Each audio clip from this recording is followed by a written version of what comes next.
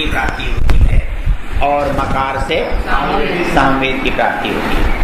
अर्थात जो थोड़ा उपासक है उसको थोड़ा सुख प्राप्त होता है, जो कुछ ज़्यादा उपासना करता है उसे पृथ्वी का अंतरिक्ष लोक का सुख प्राप्त होता है, और जो संपूर्ण परमेश्वर का ओंकार का तीनों मात्राओं का ध्यान करता है उसे पृथ्वी अंतरिक्ष सूर्य तीनों लोकों के सुख की प्राप्ति होती है। ऋग यजु साम तीनों विद्याओं का, तीनों ज्ञानों का उसे बोध हो जाता है। ये बात यहाँ पर है। अब देखो ओम का एक प्रकरण आता है, कौन से उपनिषद में आता है? नहीं, निकालो, वो छोटा सा उपनिषद है, वैसे ही थोड़ा सा नजरों से निकाल लेते हैं ताकि आपको याद रह जाएगा। उसका नाम है कौन सा? नहीं, मांडुक्य। मांडुक्य जो उपनिषद है उसमें केवल ओंकार की व्याख्या है, और वो 2 पेज का उपनिषद है, वो इससे भी छोटा है। अब उसमें आपको ये सारा विवरण आ जाएगा तो समझ में आ जाएगा। निकालो, देखो।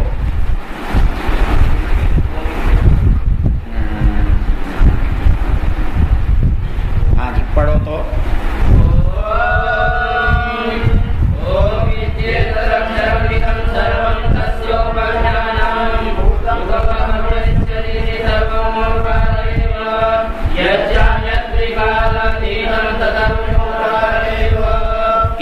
समझ में कुछ नहीं आता,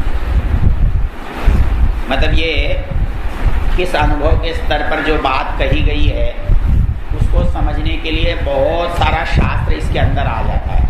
वो यदि समझ में नहीं आया हो और वो पढ़ा नहीं हो तो इससे एकदम कुछ पकड़ में नहीं आता, लेकिन फिर भी इसका महत्व आपकी समझ में आ जाएगा।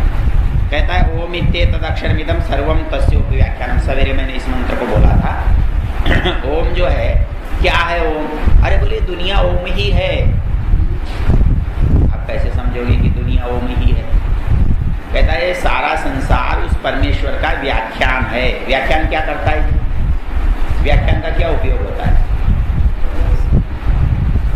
व्याख्यान का उपयोग क्या होता है? अरे व्याख्यान शब्द का अर्थ क्या है?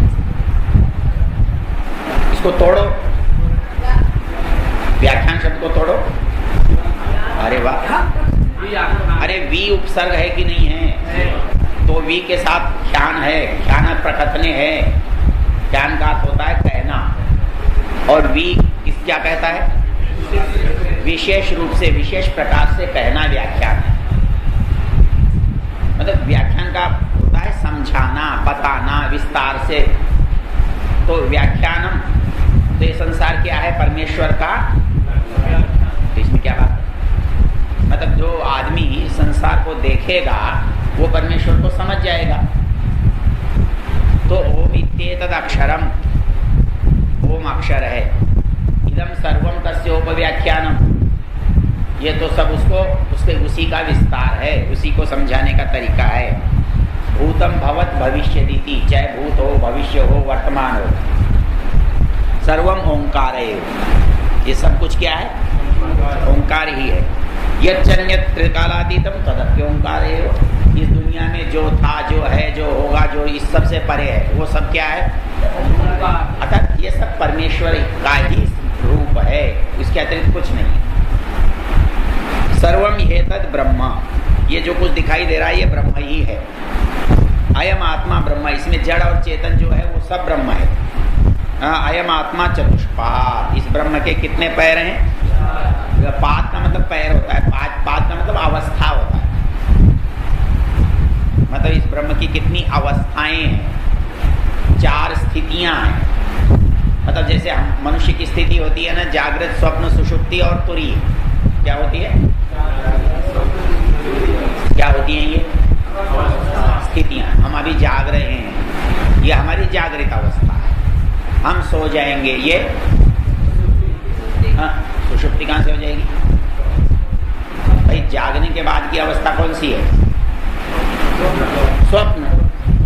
और जब हम गहरी नींद में चले जाएंगे तो, और जिसमें हमारा कुछ पता ही नहीं होगा तो तुरीय, तुरीय का मतलब तुरीय शब्द का चौथा, तुरीयाश्रमी। तुरीयाश्रमी मतलब सन्यासी, चौथे आश्रम। तो तुरीय पादः, चौथा पाद। तुरीय का मतलब होता है चौथा। तो वो कहता है जागृत स्थान, जैसे एक मनुष्य की, एक जीव की स्थिति है। कितनी स्थितियां हैं? 4। जागृत स्थान, स्वप्न स्थान, सुषुप्ति स्थान और तुरीय स्थान। जागृत अवस्था, स्वप्न अवस्था, सुषुप्ति अवस्था और तुरीय अवस्था हम सब की होती है। तो कहता है भगवान की भी ये 4 अवस्थाएं होती हैं। मतलब जैसे सृष्टि बना रहा है, ये कौन सी अवस्था है? हाँ, मतलब वो सृष्टि का प्रलय करता है, वो कौन सी अवस्था है? वो अपने अंदर से रह जाता है, वो कौन सी अवस्था है? तो इस तरह से समझाया। यहाँ 4 अवस्थाएं मनुष्य की, वैसी ही 4 परिस्थितियां ईश्वर की। तो 4 अवस्था जागृत, स्वप्न, सुषुप्ति। सत्यार्थ प्रकाश में कहाँ है? 9वें समोल्लास में, जहाँ विद्या विद्या बंध मोक्ष की चर्चा की है। इसको वहाँ पढ़ना, अभी उतना समय नहीं है, नहीं तो इस सारे को जोड़कर पढ़ो। मतलब जब भी ओम के बारे में बात करो तो जहाँ जहाँ ओम का संदर्भ है उन सबको मिला दो, जो उनको जोड़कर देखो, तब आपको कुछ समझ में आएगा। मतलब शाब्दिक रूप से, वैसे कुछ नहीं आएगा। अब 4 अवस्थाएं बता रहा है, पढ़ो आगे।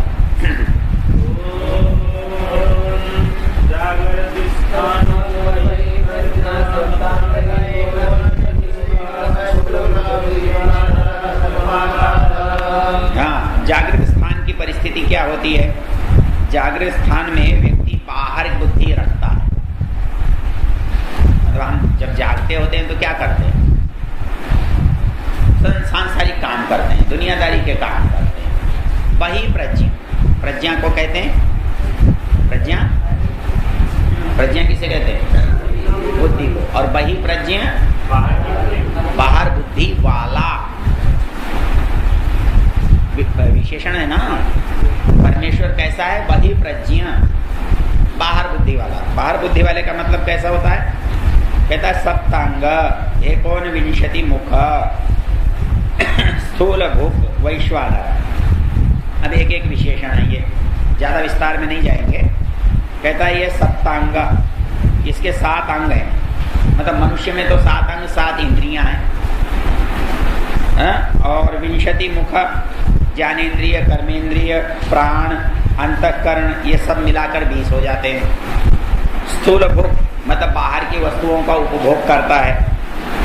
और वैश्वानर, सब प्राणियों में अग्नि उसके द्वारा चलने वाला होता है। विश्वानर उसको ले जाने वाला होता है, प्राणियों में रहने वाला होता है। ये इसका पहला स्वरूप होता है, ये पहला स्थान होता है, ये पहली स्टेज होती है, इसकी पहली स्थिति होती है। जब क्या होता है? आत्मा जागृत अवस्था में होता है। सप्तांग, 19 मुख, और तीसरी बात क्या कही? जागृत बहि प्रज्ञा, सप्तांग, 19 मुख, स्थूल भूख, वैश्वानर कहते हैं। उस दशा का नाम क्या है? वैश्वानर। जो जागृत दशा है उसका नाम है वैश्वानर। वो वैश्वानर है, ये इसका पहला पाद। ये पहला पाद है, ये पहली स्थिति है। चलिए दूसरी।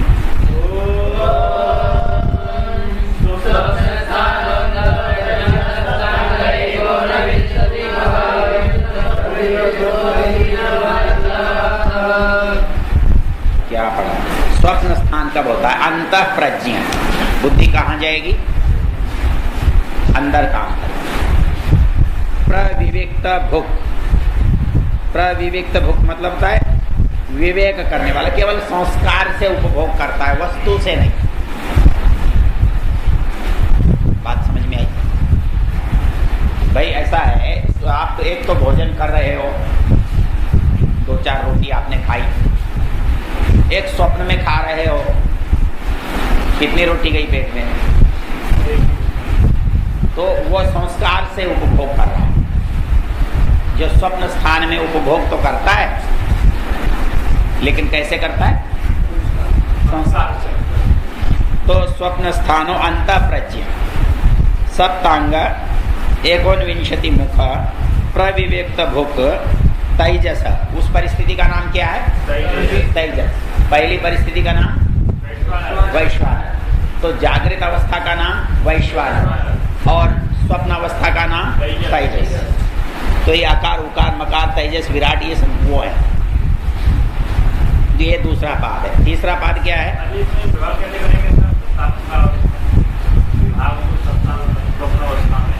किस चीज का?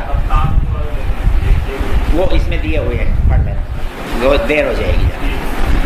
वो गिनाया है, मतलब वो हमारी इंद्रियां जो है ना, और हमारे अंतःकरण है, ज्ञानेंद्रियां हैं, कर्मेंद्रियां हैं, ये मिला करके 21 होते हैं। एक क्या है? 19 मुख। और सप्तांग में जो 7 ज्ञानेंद्रियां हैं उनको लेकर के है। तो ये सारा विवरण इसमें सत्यव्रत जी वाले में ऊपर दिया हो, देख लें। मैं तो केवल इसलिए बचवा रहा हूँ ताकि आपके मस्तिष्क में थोड़ा सा चित्र बन जाए। चलिए,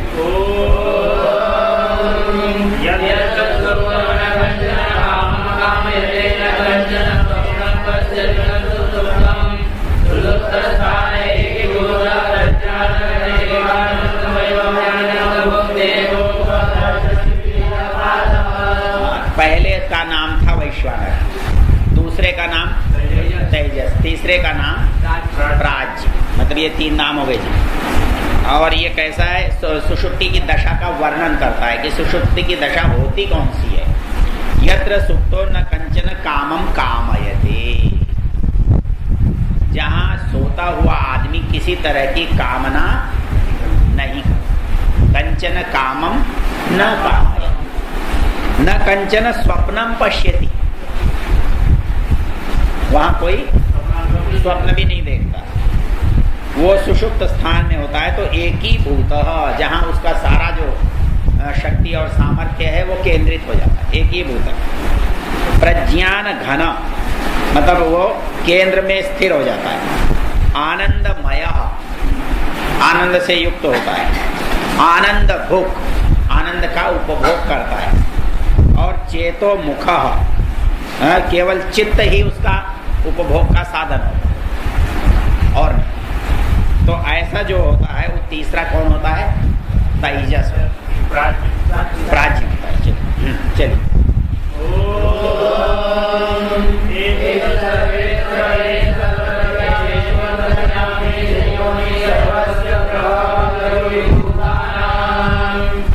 जो ये स्थिति होती है, जो इन 3 स्थानों में जो निवास करने वाला है वो ब्रह्म कैसा होता है? कहता है सर्वेश्वर, सर्वज्ञ, अंतर्यामी, सर्वस्य योनि, प्रभावाप्यय भूतानाम। कहता है वो सर्वेश्वर होता है, सर्वज्ञ होता है, सर्वांतर्यामी होता है, सबका उत्पादक होता है और सभी भूतों के लीन होने और उत्पन्न होने का स्थान। चलिए, ये 3 हो गए।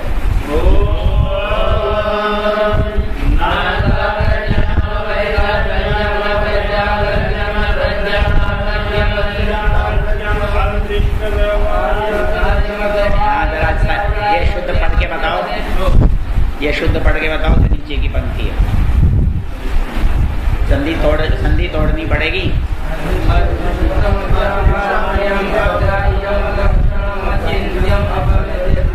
अव्यापदेश्य, ये देखो ये ऐसे है। ना अंतःप्रज्ञ, मतलब जो चौथी दशा है वो बता ही नहीं जा सकती कि ये है।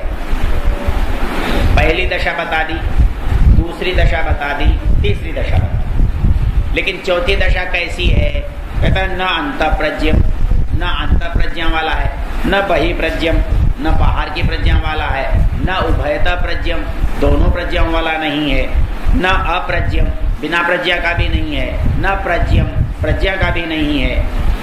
और क्या है? अदृश्यम, वो दृश्य भी नहीं है। अव्यवहार्यम, उसका उपयोग भी नहीं कर सकते हो। अग्राह्यम, उसे पकड़ भी नहीं सकते हो, अलक्षणम, उसकी परिभाषा भी नहीं कर सकते हो, अचिंत्यम, वो विचार में भी नहीं आ सकता है, अव्यपदेश्यम, वो शब्दों में भी नहीं आ सकता है, एकात्म प्रत्यय सारम, बस आत्ममान है, केवल अनुभवगम्य है, बाकी उसका कुछ भी नहीं हो सकता। ये दशा कौन सी है? ये चौथी है, प्रपंचोक्षमम शांतम शिवम अद्वैतम, ये दशा अद्वैतम, जहाँ शब्द जाकर व्यक्त हो जाते हैं, उस चीज को आप किसी तरह से व्यक्त ही नहीं कर सकते। तो ये अवस्था जो है शांतम शिवम अद्वैतम चतुर्थम मन्यन्ते स आत्मा स विज्ञेय, वो आत्मा है जिसे जानना चाहिए।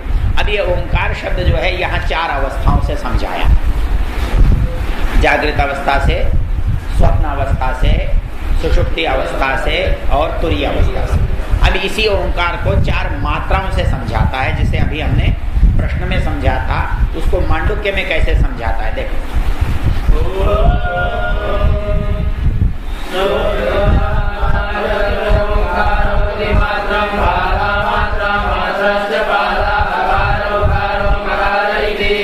कहता है ये ओंकार है, इसको 3 आपने पीछे पाद कहा ना, अवस्था कहा, उसी को मात्रा कहते हैं। जिसको मात्रा कहते हैं उसे पाद कहते हैं, जिसे पाद कहते हैं उसे मात्रा कहते हैं। अर्थात जो अवस्था है वो मात्रा है, जो मात्रा है वो अवस्था। तो पहले अवस्था से समझाया, अब मात्रा से समझा रहा है। तो कहता है सोयम आत्मा, जो परमात्मा है वो कैसा है? अध्यक्षरम, अक्षरों में है, ओम इन अक्षरों में। तो वो कैसा है? अधिमात्रम, पादा मात्रा मात्राश्च पादा, ये कैसा है? मात्राओं में रहने वाला, ये पाद ही मात्रा है, मात्रा ही पाद है। कैसे हैं? अकार उकारो मकार इति, ये 3 मात्राएं हैं, अकार उकार और अब क्या अकार है, क्या उकार है, क्या मकार है? चलिए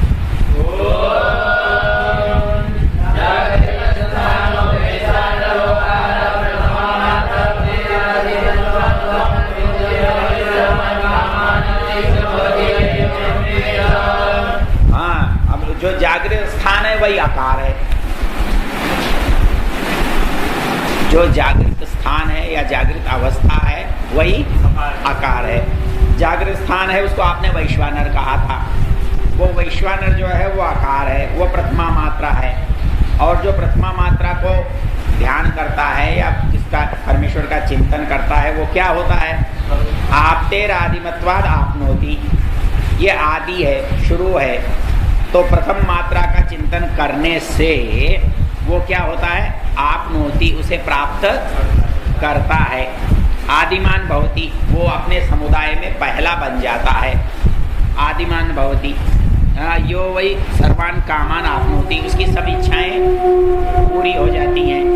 यह एवं वेद, जो पहली मात्रा को जानता है, मतलब प्रश्न में भी पहली मात्रा और ये मांडुक्य में भी पहली मात्रा, और इसमें ही अवस्था, मात्रा अवस्था। तो मात्रा का 2 जगह वर्णन हुआ, मांडुक्य में और प्रश्न में। चलिए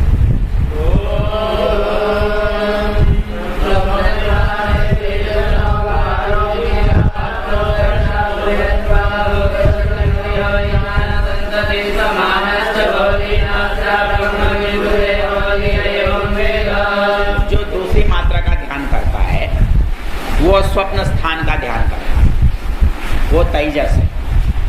और वो दूसरी मात्रा का ध्यान करने से क्या होता है? उत्कर्ष को प्राप्त होता है। और उत्कर्ष होने के कारण से वो दोनों में उत्कर्ष को प्राप्त करता है। कैसे करता है? उन्नत उठता है और ज्ञान संततिम, अपनी शिष्य परंपरा को, अपनी संतानों को आगे बढ़ाता है और समान भाव रखने वाला बन जाता है। उसके प्रति सभी सम्मान का भाव रखते हैं। न अस्य ब्रह्मविद कुले भवति, इसके घर में कोई मूर्ख पैदा नहीं होता। यह एवं वेद, जो दूसरी मात्रा का चिंतन ध्यान जप करता है। चलिए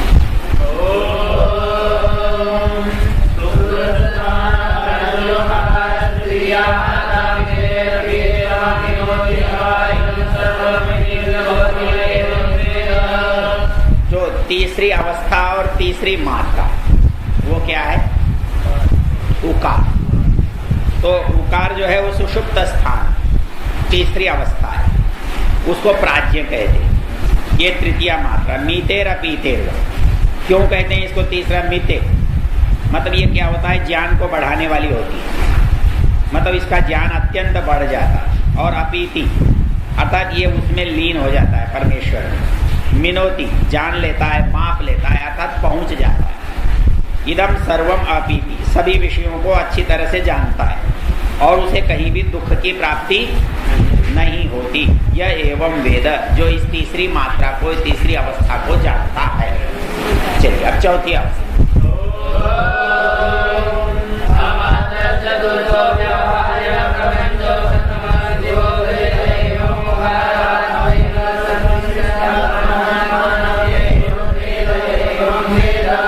अब चौथी अवस्था कैसी होती है? बोले अमात्र, उसकी कोई नाप नहीं होती, उसका कोई वर्णन नहीं होता, उसका कोई ज्ञान नहीं कर सकता।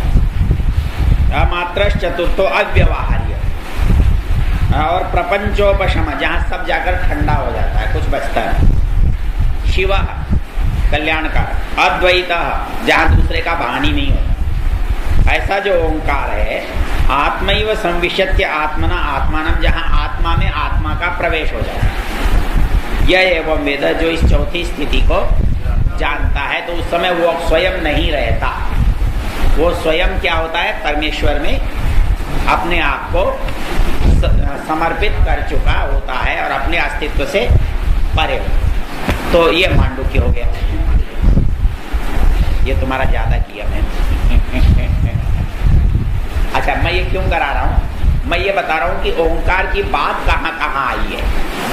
अब निकालो श्वेताश्वतर।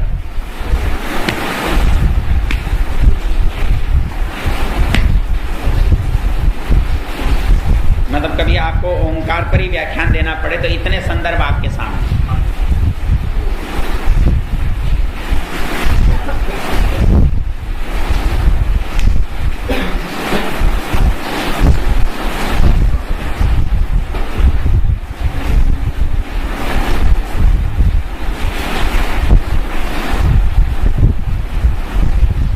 इसमें बड़ी सुंदर पंक्तियां हैं, वो मांडू उसमें भी आएंगे, मुंडक में भी आएंगे और इसमें भी।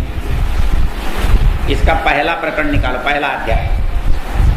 पहला अध्याय और पहले अध्याय का श्लोक है। इसमें है तो कई पर बात नहीं कराएंगे। ये है 13वां और 14वां, 13वां और 14वां। 13वां पढ़ो, 13वां पढ़ो। यहाँ आराम से, यहाँ बैठ के आराम। ये समाधि में सुनते हैं नहीं? हाँ जी, 13वां पढ़ो।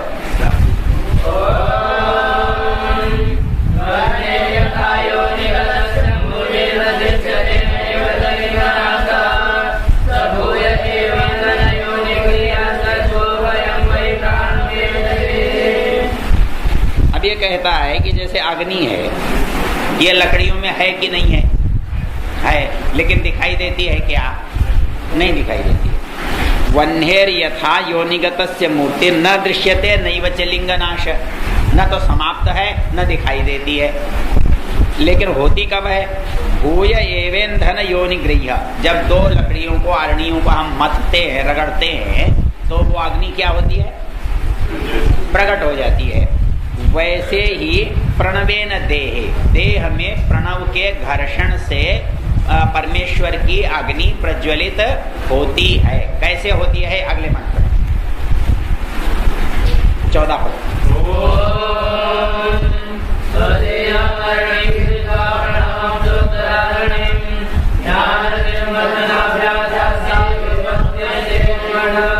ये कहता है स्वदेहम अरणिम कृत्वा, बोले आपको प्रकाशित करना है ना परमात्मा को, तो वो अग्नि की तरह से समिधाओं में व्याप्त है।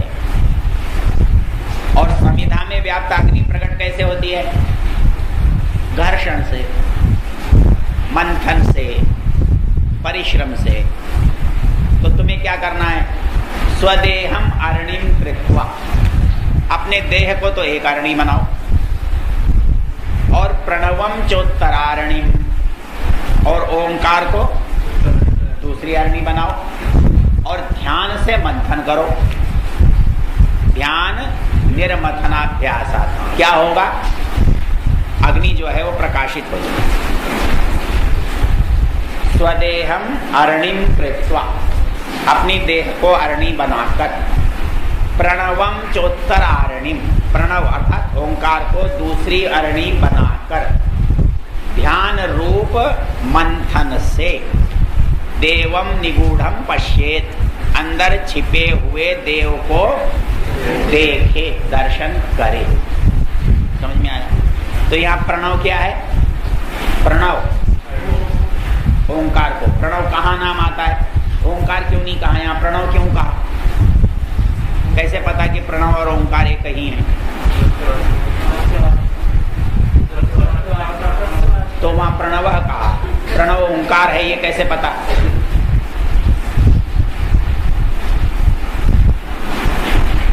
ये उसमें है छांदोग्य, वो कहता है, हाँ वो कहता है कि प्रणव कब कहते हैं, जो ऋग्वेदी हैं वो उसको क्या कहते हैं? प्रणव कहते हैं। यजुर्वेदी ओंकार कहते हैं और सामवेदी उसी को उद्गीत कहते हैं। ऋग्वेदी उसे प्रणव कहते हैं, यजुर्वेदी उसे ओंकार कहते हैं और सामवेदी उसे उद्गीत कहते हैं। तो यहाँ प्रणव, इसलिए इसने प्रणव कहा। तो प्रणव का अभिप्राय वही है। बाकी भी इसमें बहुत सारे काम की चीजें पर उसे छोड़ देते। इसमें योग की स्थिति बताने वाले भी 5-10 पंक्तियां हैं, वो अपने आप पढ़ लेना, देख फिर कभी देखें। अच्छा, अब फिर ये चर्चा दूसरी जगह कहाँ आई है? अब मुंडक में आई है, उसमें पढ़ेंगे तो पता ही लगेगा, लेकिन फिर भी बता देता हूँ।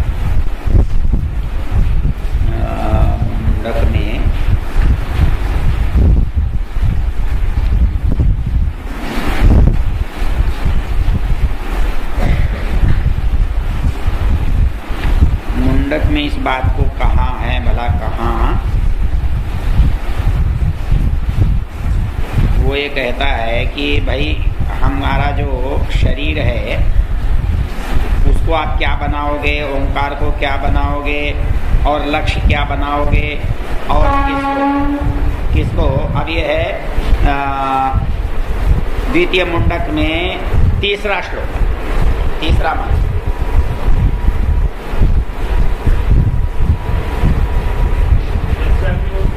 ना धनुर्गृहीत्वा पढ़।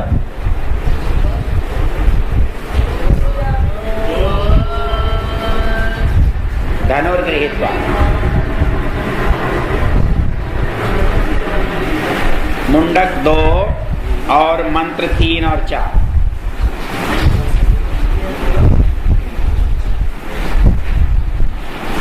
नहीं मिला।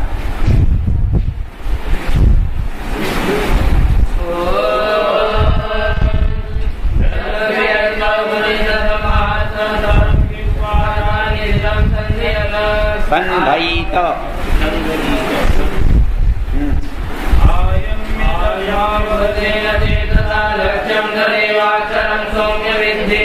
हाँ, कहता है कि ये उपासना होती कैसे है? धनुर्गृहीत्वा उपनिषदम महास्त्रम, लड़ाई में जाते हो तो आपके पास अस्त्र शस्त्र होने चाहिए। तो इस उपासना के संग्राम में उपनिषद जो है महास्त्रम, ये धनुष है। अस्त्र और शस्त्र में क्या अंतर होता है? अस्त्र और शस्त्र में क्या अंतर होता है? शस्त्र जो है निकट से मारना और अस्त्र जो है वो दूर से मारना। तो धनुर्गृहीत्वा उपनिषदम महास्त्रम, उपनिषद जो है ये महान अस्त्र है, धनुष। और क्या है? शरम युपासा निशितम संधयित, और बाण क्या है? उपासना। मतलब जिसकी जितनी तीव्र उपासना होगी उसका बाण उतना ही तीव्र होगा। आयम में तद्भावगतेन चेतसा, कहता है उसको खींचो और एकाग्र हो जाओ और अक्षरम सौम्य विद्धि। और किसको बींधना है? अक्षरम, हाँ, उस अक्षर को बींधना है। किससे? धनुर्गृहीत उपनिषदम महास्त्रम शरम योपासा निशितम संधयित आयम्य तद्भावगतेन चेतसा तदेवाक्षरम सौम्य विद्धि। इस बात की स्पष्टता अगले मंत्र में है, पढ़ो।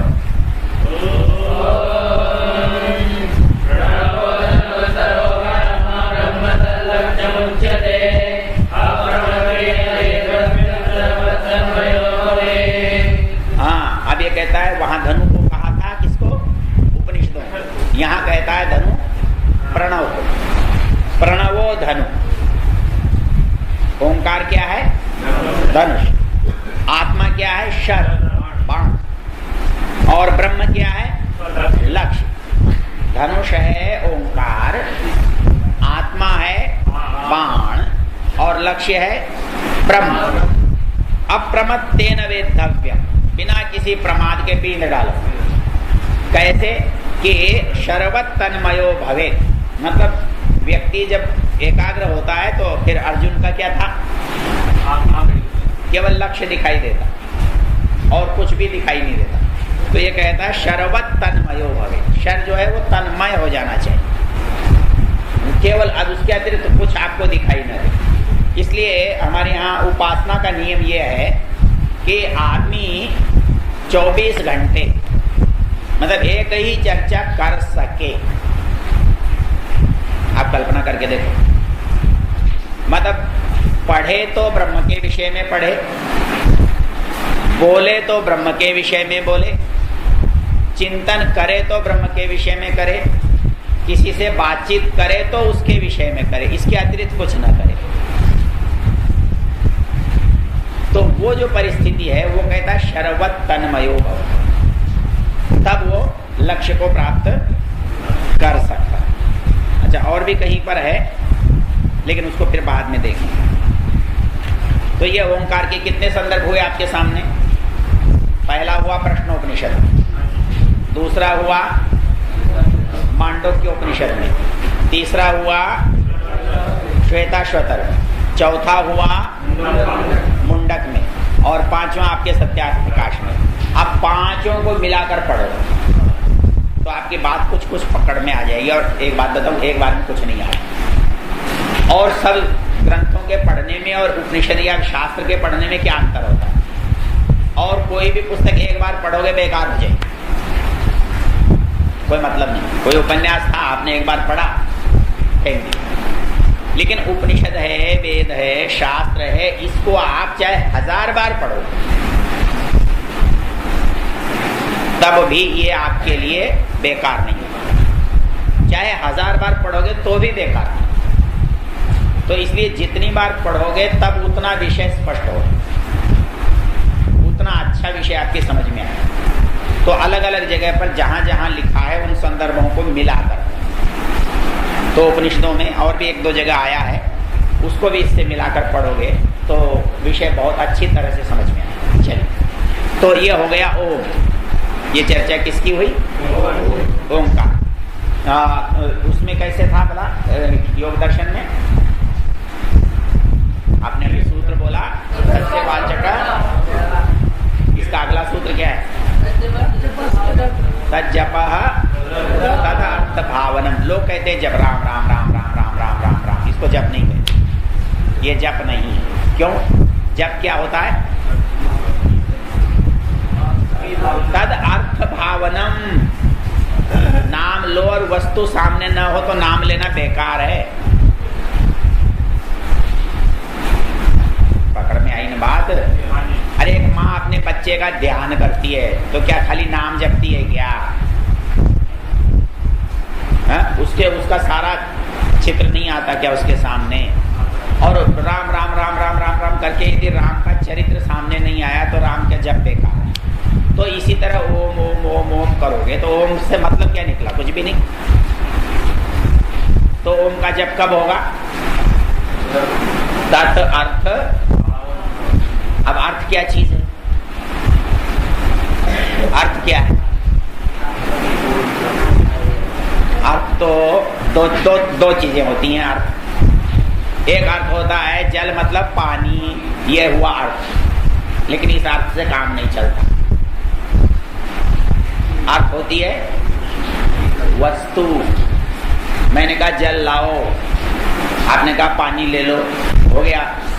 मतलब तो वही है, जल का पानी तो होता ही है, लेकिन वहां पानी कहने से तो काम नहीं चलता ना। वहां क्या चाहिए? वस्तु। तो तज्जपः तत् अर्थ भावनम, उसके जो गुण हैं, स्वरूप हैं, कार्य हैं, उनका बोध। इससे क्या होगा? अगला सूत्र बोलो। तज्जपः तदर्थ भावनम, इससे आगे ना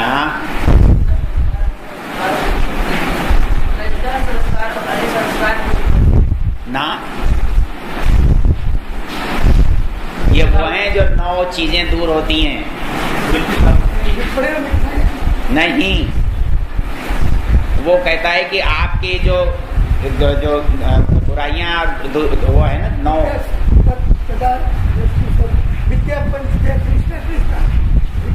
नहीं है, नहीं है।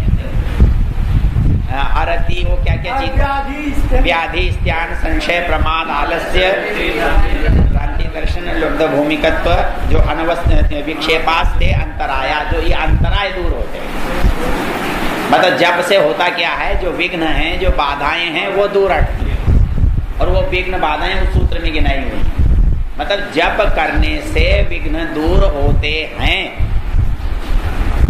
और आपने जप किया और विघ्न दूर नहीं हुए तो आपने जप किया ही नहीं है। तज्जपा तदर्थ भावनम, तो वो अंतराय दूर करने के लिए, अतः मतलब उसका लाभ आपको प्रतीत होना चाहिए, तब आपको लगेगा कि आप ठीक है आदि।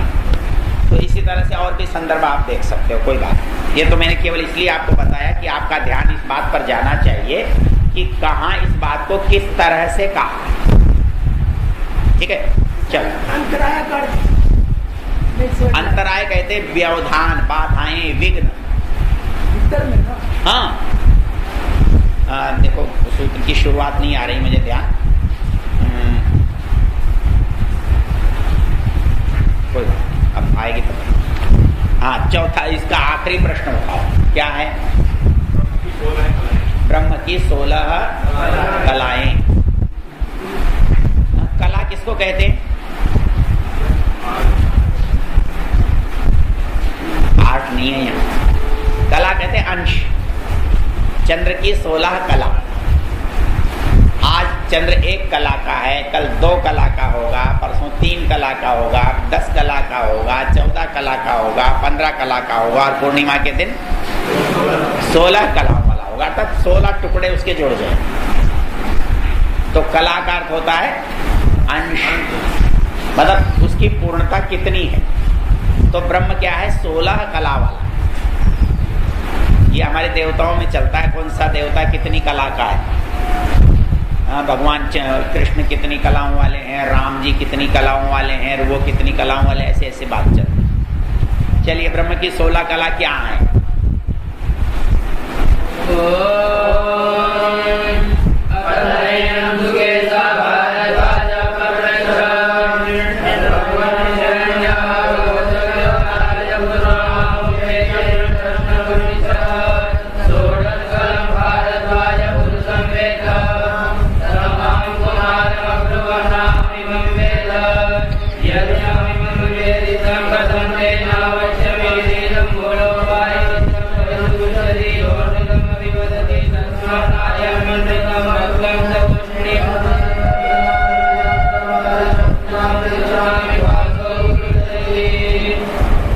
अब ये कह रहा है कि 16 कला वाला पुरुष कौन सा है, और ये प्रश्न पूछते हुए वो एक कहानी बता रहा है। और वो कहानी ये है, और ये उपनिषद में आगे दूसरी जगह आई हुई है कि एक समय हिरण्यनाभ नामक कौशल देश का जो राजकुमार था वो मेरे पास आया और उसने पूछा 16 कलाओं वाले पुरुष को तुम जानते हो? तो इसने कहा मैं तो नहीं जानता। क्यों?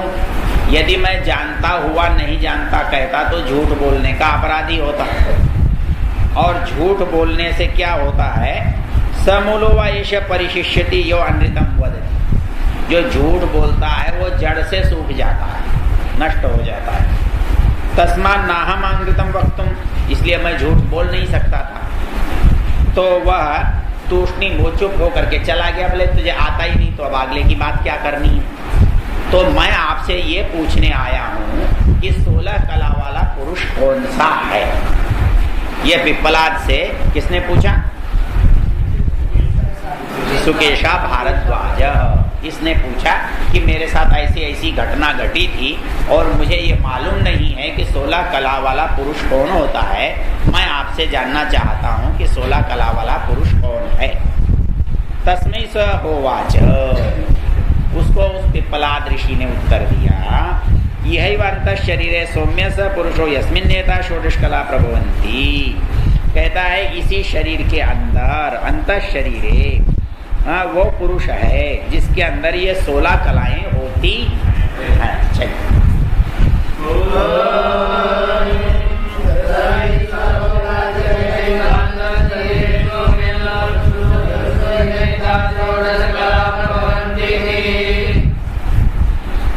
तो अब ये कैसे पता लगे कि 16 कला क्या है? तो कहता है सईक्षान चक्रे कस्मिन् उत्क्रांते उत्क्रांतो भवती थी, और ये ऊपर की बात हुई। कहता यह अंतः शरीर है सौम्य, हे सौम्य इस अंतः शरीर में, मतलब कहाँ है? तो जीवात्मा ने चिंतन किया भाई कहाँ से कहाँ है वो। तो वो कहता है कि मैं यहाँ से निकल भी गया तो मेरा फिर स्थान कौन सा होगा? तो पुरुष ब्रह्म रूप 16 कलाओं के निकल जाने से मनुष्य शरीर क्या है, जिनसे मनुष्य शरीर बना है, वो इस शरीर में नहीं रह सकता। इसलिए जीवात्मा इस शरीर में रहता है, वैसे ही 16 कलाओं वाला पुरुष ब्रह्म भी इसी शरीर में रहता है। तो कौन है वो 16 कलाओं वाला? देखो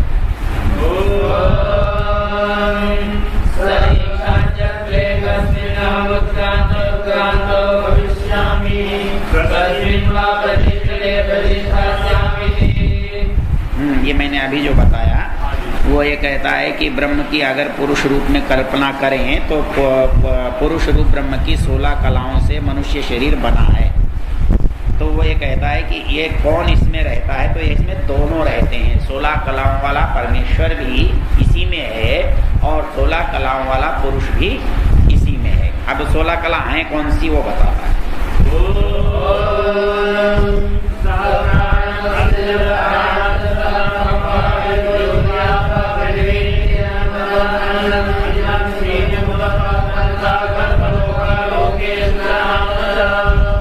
ये है 16 कलाएं। कहता है कि पहले प्राण का सर्जन किया, प्राण से श्रद्धा, पृथ्वी, आप, तेज, वायु, आकाश, इंद्रियां, मन, अन्न, वीर्य, तप, मंत्र, कर्म, लोक और नाम। इन 16 कलाओं का उस परमेश्वर ने सृजन किया। इन 16 कलाओं का जिसमें ब्रह्मांड तथा पिंड का निर्माण होता है, इनसे युक्त वह पुरुष है। तो ये 16 कलाओं के नाम गिना दिए कौन कौन से। चल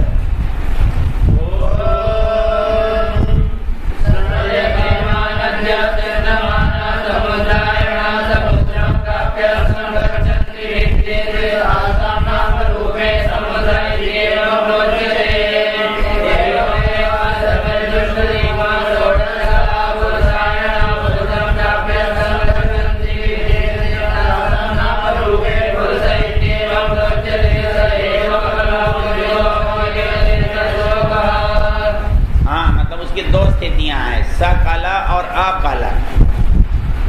जहाँ कलाएं प्रकट होती हैं वो सकल समस्त कलाओं से युक्त, और अकल जिसमें ये सब लीन हो जाती हैं और वो बिना कलाओं का दिखता है तो अकल। तो वो कैसा होता है? यथेमा नद्य संदमाना समुद्रायणा। समुद्रायणा मतलब समुद्र की इच्छा करने वाली। ये नदियाँ कैसे हैं? समुद्र की ओर इच्छा करती हुई प्राप्त करने की दौड़ती। और समुद्र में जाकर क्या होता है? अस्तम गच्छन्ति। तो वैसे ही भिद्यते तासाम नाम रूपे, नाम और रूप उन दोनों के, नदियों के नष्ट हो जाते हैं। समुद्र में मिलने के बाद कौन गंगा और कौन यमुना, कोई नाम नहीं रहता। एवं एवास्य परिदृष्टु रिमा षोडश कला। इसी तरह ये 16 कलाएं जब उससे बाहर होती हैं ना, तो ये कला है। लेकिन ये जब कलाएं उसके अंदर मिल जाती हैं तो तब कुछ कला वाला नहीं रहती। तो पुरुषायणा पुरुषम प्राप्य, उस परमेश्वर की इच्छा करती हुई जब वहाँ प्राप्त हो जाती हैं, विद्यते चासाम नाम रूपे पुरुष इत्येवं प्रोच्यते, वहाँ केवल पुरुष रहता है, उसकी विशेषता नहीं रहती। और वो बिल्कुल केवल कैसा हो जाता है? अकलो अमृतो भवति, वो बिना कलाओं का अमृतमय बन जाता है, केवल पुरुष मात्र बचता है बिना किसी विशेषण के। तो उससे बाहर जो कुछ आप देख रहे हो ये उसकी कला हैं, और ये जब उसमें सिमट जाती हैं तो वो केवल पुरुष मात्र कलाओं से रहित होता है। चलो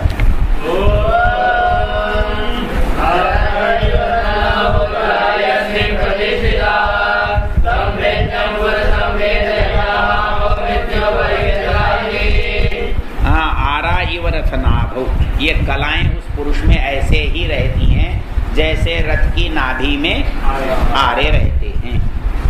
तम वेद्यम पुरुषम वेद, इसलिए जो उस पुरुष को जान लेता है उसके लिए यह स्वयं ज्ञात हो जाती हैं। और न मृत्यु परिव्यथा, और उस पुरुष को जानने वाला व्यक्ति कभी मृत्यु से व्यथित या दुखी नहीं होता। चलिए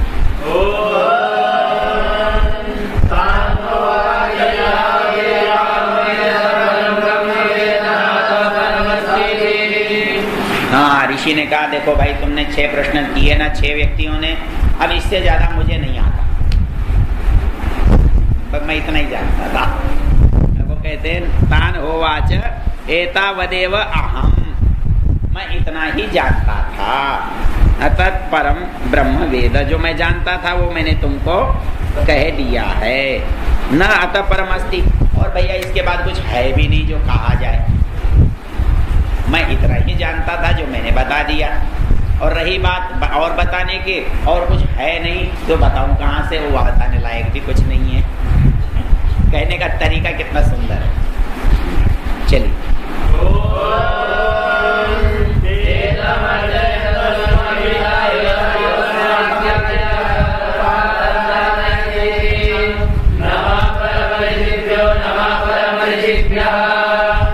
उसका धन्यवाद किया है। धन्यवाद के शब्द देखो, उन सब शिष्यों ने मिलकर पिप्पलाद ऋषि का धन्यवाद कैसे किया। ते तम अर्चयन्तः, उन्होंने उसकी पूजा करते हुए, अर्चना करते हुए, आदर करते हुए कहा त्वम ही न पिता, तुम हमारे पिता हो। क्यों पिता की, क्यों हो तुम हमारे? कहता है यो अस्माकम अविद्याया परम पारम तारयसी, तुम हमें अविद्या के पार ले जा रहे हो, इसलिए तुम हमारे कौन हो? पिता हो।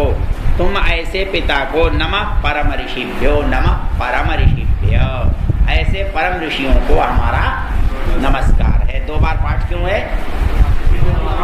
हाँ, पुस्तक की समाप्ति सूचक है, इसलिए नमः परम ऋषिभ्यो। ये नमः परम ऋषिभ्यो मंत्र कहीं और भी आया है, बताओ कहाँ आया है?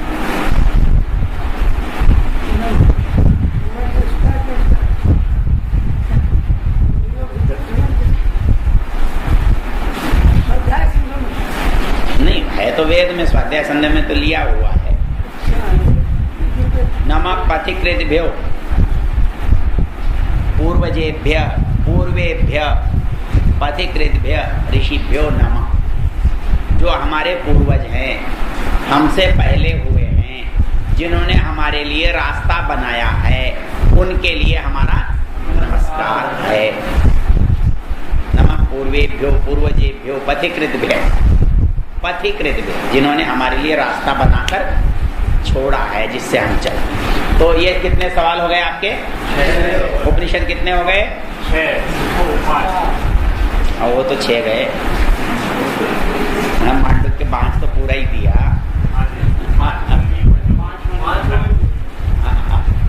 चलो अब एक बात बची, कौन सी? चलो इसको भी बांचना है ना, चलो बांच दो। कौन सा उपनिषद? अभी तो है ना समय। मुंडक उपनिषद, मुंडक उपनिषद में कितने प्रकरण हैं बताओ। मुंडक उपनिषद का जो विभाजन है इसके बारे में अब ये व्याख्यान तो है ना, अब मुंडक में बहुत अच्छी अच्छी बात आएंगी, उसको विस्तार कर देंगे।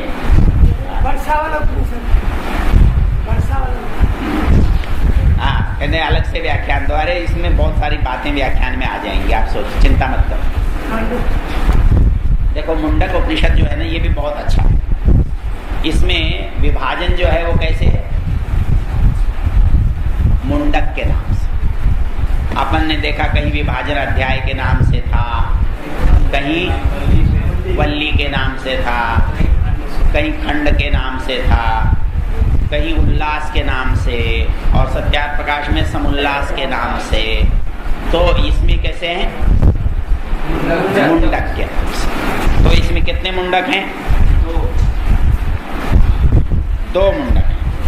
और दो मुंडक में एक एक मुंडक में कितने कितने खंड हैं, तीन मुंडक हैं और द्वितीय मुंडक द्वितीय खंड और इसमें तृतीय मुंडक द्वितीय खंड। इसका मतलब मुंडक हैं 3 और खंड एक एक मुंडक में हैं दो। और कुल मिलाकर कितने खंड हुए, 6। अच्छा, इसका विस्तार एक बार उससे लेंगे, क्रम बाद में लेंगे। इसमें जो महत्वपूर्ण अंश है ना, जो महत्वपूर्ण का मतलब जो हमको ज़्यादा परिचित हैं या जिनसे हम जुड़े हुए हैं, उनको पहले लेते हैं। तो देखो, एक था इसमें कि मैंने आपको समझाया था क्या, पहले देखो क्षर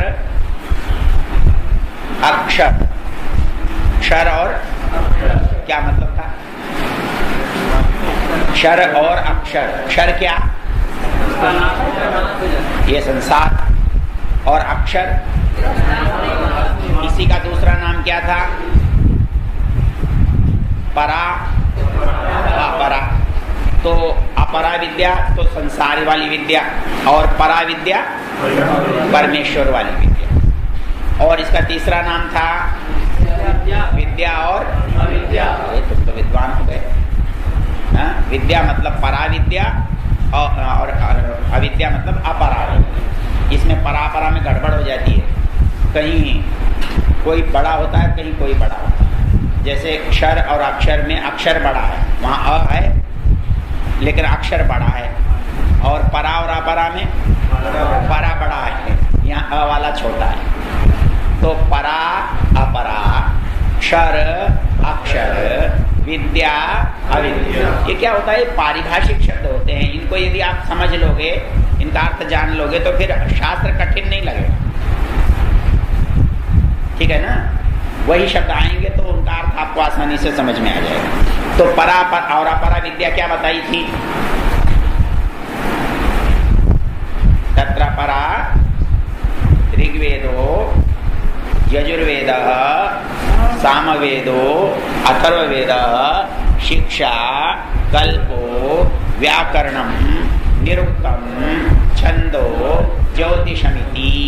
और परा यया तत् अक्षरम अधिगम्यते, जिससे इस संसार का बोध होता हो, सुख मिलता हो, इसका परिश्रम सफल होता हो, वो विद्या अपरा विद्या। और जिससे परमेश्वर की प्राप्ति होती हो वो विद्या। एक तो ये बात। दूसरा, इसमें एक प्रकरण और बताना है।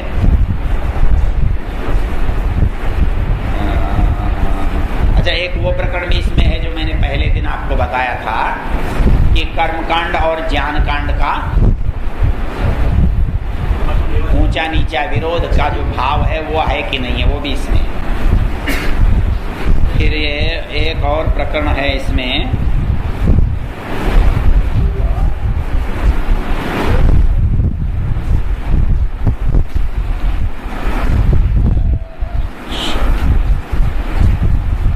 ये धनुर्गृहीत्वा वाला मैंने आपको करा ही दिया।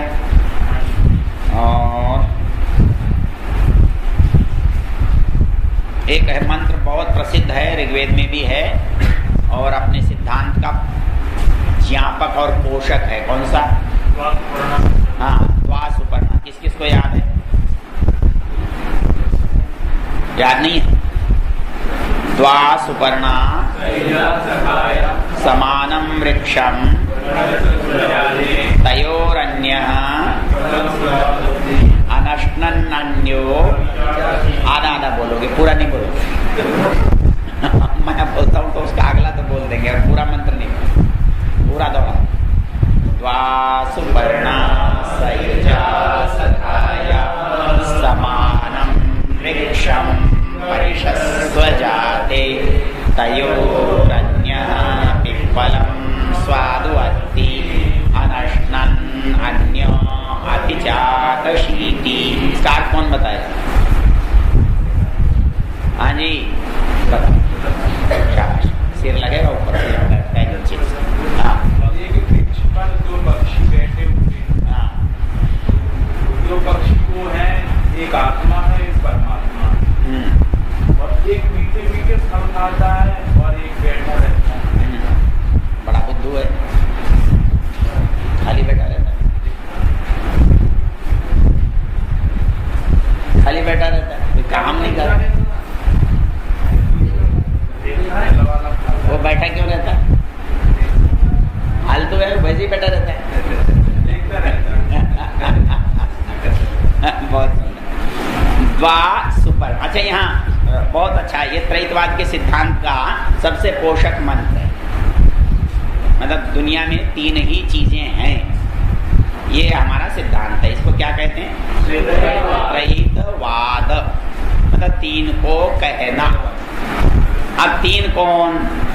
तो है द्वा सुपर्णा, दो तो है सुपर्ण। अब ये दो है तो इन दोनों के संबंध क्या है? दोनों का पारस्परिक संबंध कैसा? सयुजा सखाया समानं वृक्षं परिषस्व जाते, ये दोनों के संबंध है। सयुजा, सयुजा मतलब अरे कभी अलग नहीं होते, कभी अलग नहीं होते, एक दूसरे से मिले जुले रहते, एक दूसरे के अंदर व्याप्त रहते, मतलब कभी भी एक क्षण के लिए भी पृथक नहीं होते। सयुजा।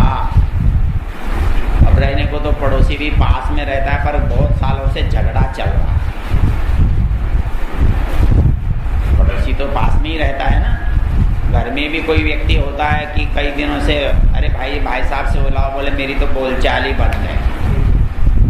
तो भगवान से भी कुछ ऐसा है क्या? कहता नहीं। वहां संबंध क्या है? सखाया। सखा कहते हैं, सखा मित्र को कहते हैं। सखा को मित्र को क्यों कहते हैं? समानम क्या? समानम क्या? अरे ख क्या है? ख समानम ख्यानम, समान विचार वाले होते हैं, इसलिए वो सखा होते हैं, जिनका ख्याल समान रहता है। सखाय, वो सखा हैं, मित्र हैं और प्रेमी हैं। और क्या है? समानम वृक्षम परिषस्व जाति, ये भी कमाल है। इसमें एक एक शब्द देखोगे ना तो अद्भुत है। वृक्ष पर तो सारे पक्षी बैठते हैं, लेकिन ये परिषस्व जाते नहीं है। समझ में आई बात? ये पक्षी वृक्ष पर बैठते हैं लेकिन वो परिषस्व जाते नहीं है। क्यों भाई? परिष्वजन किसे कहते हैं? आलिंगन। मतलब ये जो वृक्ष पर तो पक्षी रहते हैं, बैठे हैं, उड़ के चले जाते हैं, निकटता नहीं है उनकी। लेकिन यहाँ प्रकृति से पुरुष और परमेश्वर की निकटता द्योतित होती है। कैसी, कितनी निकटता? बोले बहुत निकटता। परिशस्व जाते, एक दूसरे से आलिंगनबद्ध हैं, गले मिले हुए हैं। यहाँ दो आदमी भी गले मिलते हैं तो इतने निकट नहीं होते जितने प्रकृति और पुरुष जो है निकट है।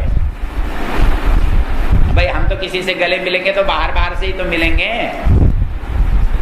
हाँ, लेकिन पानी को दूध में गले मिलाओ तो कैसे मिलता है? तो परमेश्वर प्रकृति से गले कैसे मिलता है? प्रकृति अलग थोड़ी रहती है उससे। तो उसके लिए प्रयोग किया है परिशस्व जाते, अत्यंत निकट। तो यहाँ वृक्ष शब्द का है। वृक्ष किसे कहते हैं? वृक्ष किसे कहते हैं भाई? पेड़ को कहते हैं। वृक्ष को वृक्ष क्यों कहते हैं? वृक्ष को वृक्ष क्यों कहते हैं? वृक्ष कहते हैं काटना। वृक्ष धातु है वृक्षोणोति, काटता है। और पेड़ क्या होता है? काटने से बढ़ता है, काटने से बढ़ता है, इसलिए इसको वृक्ष कहते हैं। इसके लिए एक बहुत अच्छी कविता उनकी है जिन्होंने संगरिया स्थापित किया था। वृक्ष कट कट कर बढ़ा है, वृक्ष कट कट कर बढ़ा है। तो वृक्ष को काटते हैं तो वो फिर बढ़ जाता है। तो ये संसार क्या है? वृक्ष। निरुक्तकार वृक्ष किसी और को कहता है, बताओ किसको कहता है? निरुक्तकार वृक्ष किसको कहता है? वृक्षम शरीरम, वृक्षम शरीरम, इस शरीर को भी वृक्ष है। तो ईश्वर और जीव दोनों कहाँ पर है? वृक्षम, वृक्ष पर है, चाहे प्रकृति में कहो या शरीर में कहो, दोनों। तो आप मंत्र को देखो, द्वा मतलब दो, सुपर्णा। आपको क्या लगता है? ये दुनिया बेकार है, ये दुनिया दुख है, ये दुनिया सड़ी हुई है? बोले ना, कहता है सुपर्णा। ये दोनों है ना, कोई मामूली नहीं है, सुंदर है बहुत। शब्दावली देखो, सुपर्ण है और मित्र हैं और एक ही घर में रह रहे हैं। तो द्वा सुपर्णा सयुजा सखाया समानम वृक्षम परिशस्व जाते, ये तो समानता है दोनों की। दोनों सुंदर हैं, दोनों मित्र हैं, दोनों एक ही जगह रहते हैं, ये समानता है। अंतर क्या है? अंतर क्या है? बोलो। तयोर अन्य पिप्पलम स्वादवत्ती, और दूसरा क्या करता है? अननश्नन अन्य अभिचाक्षिति। भाई इतना अंतर है। एक उसका उपभोग करता है और दूसरा दृष्टा बनकर बैठा है, ये दोनों में अंतर है। जीव से परमात्मा किस अर्थ में भिन्न है? जीव संसार में भोक्ता है और ईश्वर संसार में दृष्टा है। तो एक भोक्ता और दृष्टा, ये तो हुआ चेतन। तो भोग्य तो सदा जड़ होता है। भाई एक ने रोटी बनाई, एक ने रोटी खाई, रोटी क्या? जड़। वो चेतन होती तो मुश्किल हो जाता नहीं, इसलिए मांस वांस चलता नहीं।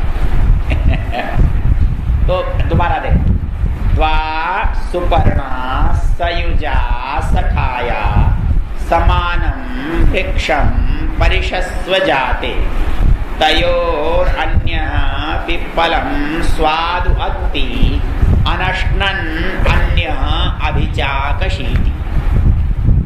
तो ये कहता है तयोर अन्य, तयो मतलब दोनों में से। कौन सी व्यक्ति, कौन सा वचन? हाँ, सप्तमी विभक्ति द्विवचन। तयो उन दोनों में से। तयोर अन्य पिप्पलम, अत्ति नहीं कहा, स्वादवत्ती। संसार में बोले बस स्वाद भरा हुआ बहुत है। हाँ, सवेरे क्या खाया था? स्वादु नहीं थी। हाँ, तुम तो स्वादु स्वादु खाते हो ना, इसलिए तो कहा है तुम जीव हो स्वादुवत्ती। पिप्पलम स्वादुवत्ती, संसार का फल जो है वो कैसा है? स्वादु है उसको खाता है। और दूसरा कौन है? अनश्नन, न खाता हुआ। कोई एक दिन की बात नहीं है, एक आध बार में नहीं है, निरंतर। अनश्नन, न खाता क्या करता है? अभिचाक्षिति, मामूली नहीं देखता, बहुत गहराई से देखता है, अच्छी तरह से निरीक्षण करता है, परीक्षा करता है कि तुम उसे धोखा वोखा तो नहीं दे रहे हो। तो आप पूरे में सिद्धांत क्या निकल के आया? बोल, कौन बताएगा?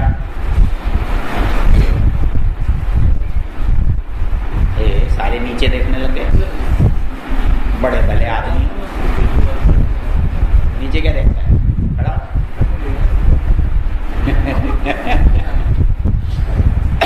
क्या मंत्र का भाव निकला?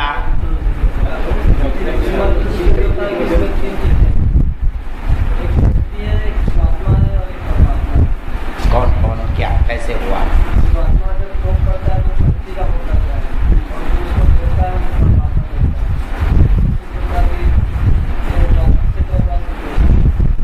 ठीक है, और कोई बात बोलो, कोई विशेष बात बता सकते हो? तो पूछने का नंबर आता है तो नीचे देखते हैं। चलो, अच्छा और देखता हूँ इसमें क्या है।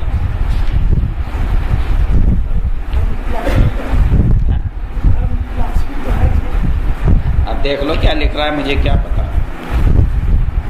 ये कहता है अनश्नन अन्य अभिचाकशीति। अभिचाकशीति तो कोई फोकट में तो देख नहीं रहा है, किसी उद्देश्य से तो देख ही रहा है ना।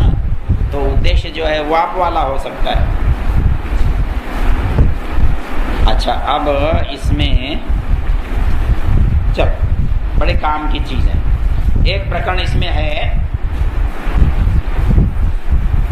यथोर्णनाभि, याद है? यथोर्णनाभि सृजते गृह्णते च यथा पृथिव्याम् औषधयः संभवन्ति यथा सतः पुरुषात् केशलोमानि तथाक्षरात् संभवति है विश्वम। बताओ इसका क्या मतलब? सारा वेदांत इस पर टिका हुआ।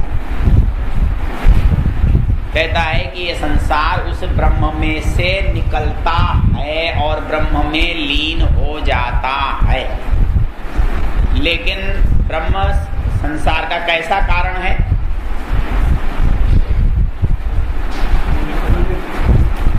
जरा पीछे लौटो। अच्छा, कारण क्या होता है जी, ये बताओ। नीचे मत देखो, सामने देखो। कारण क्या होता है? कारण किसे कहते हैं? जिससे कोई वस्तु बनती है। जैसे उदाहरण दो। तो मिट्टी से घड़ा बना, तो मिट्टी पड़ी रहे और घड़ा बन जाएगा क्या? तो फिर कैसा कारण हुआ?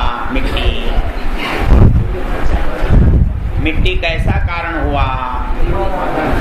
क्योंकि कारण का मतलब होता है जिसके बिना काम न हो,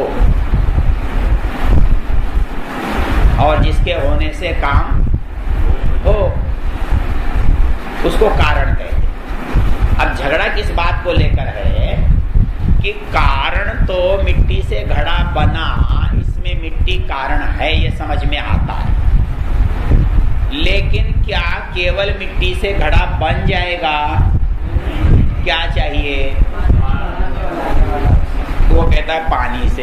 इस मिट्टी में बहुत पानी पड़ा है, घड़ा बन जाएगा?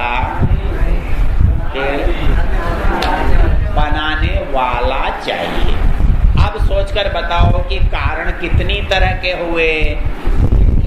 भाई मिट्टी न हो तो घड़ा नहीं बन सकता, कुम्हार न हो तो घड़ा नहीं बन सकता, चाक, पानी, गधा, सुई ये सब न हो तो भी घड़ा नहीं बन सकता। तो इसका मतलब अलग अलग देखो, मिट्टी एक कारण, कुम्हार दूसरा कारण, और उपकरण जो है वो। तो कारण कितने हुए? इनका नाम बोलो तो। पंडितों के लिए नहीं है, ये इन बच्चों के। हाँ बोलो भाई, कुम्हार उपादान कारण है क्या? कुम्हार घड़े का उपादान कारण है? बोले नहीं। क्यों भैया? तुमने अभी तो कहा कारण होता है कुम्हार। उपादान कारण किसे कहते हैं? उपादान कारण किसे कहते हैं?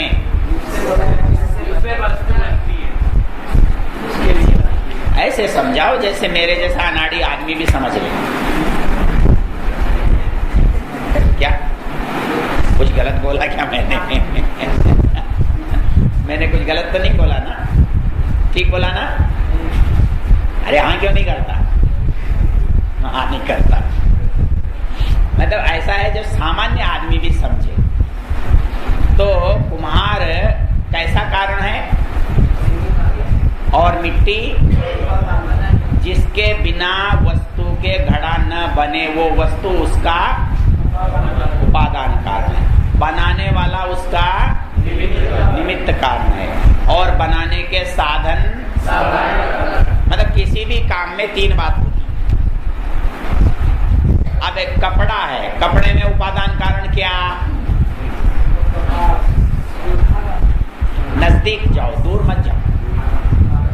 धागा, मतलब धागे के बिना कपड़ा नहीं बन सकता, और धागा कपड़े से कभी अलग नहीं हो सकता। मतलब कुम्हार घड़ा बना के घड़े में नहीं रहता।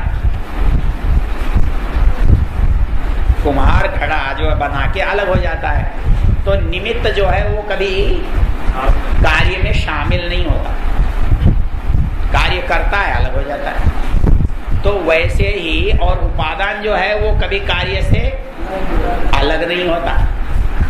सूत से कपड़ा बनता है तो सूत को कभी भी कपड़े से नहीं किया जा सकता। ये पहचान है बड़ी सीधी सी।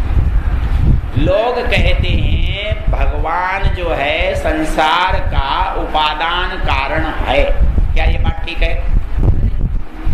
क्यों? भाई संसार कार्य है, संसार घड़ा है। वो कहते हैं कि ये घड़ा जो बना है वो ब्रह्म से बना है। आपका क्या ख्याल है?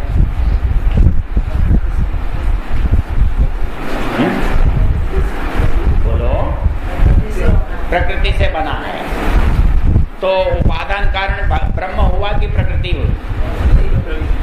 तो आपके हिसाब से प्रकृति उपादान कारण है, ब्रह्म निमित्त कारण है, और देश काल दिशा सूत्र गधा ये सब साधारण कारण है। बात समझ में आ गई? अब ये क्या कहते हैं? नहीं, ऐसा नहीं है। जैसे एक मकड़ी अपने अंदर से जाला निकालती है और अपने अंदर जाले को समेट लेती है, वैसे ही ब्रह्म संसार को अपने अंदर से निकालता है और प्रलय में अपने अंदर समेट लेता है। इसमें आपको क्या आपत्ति है?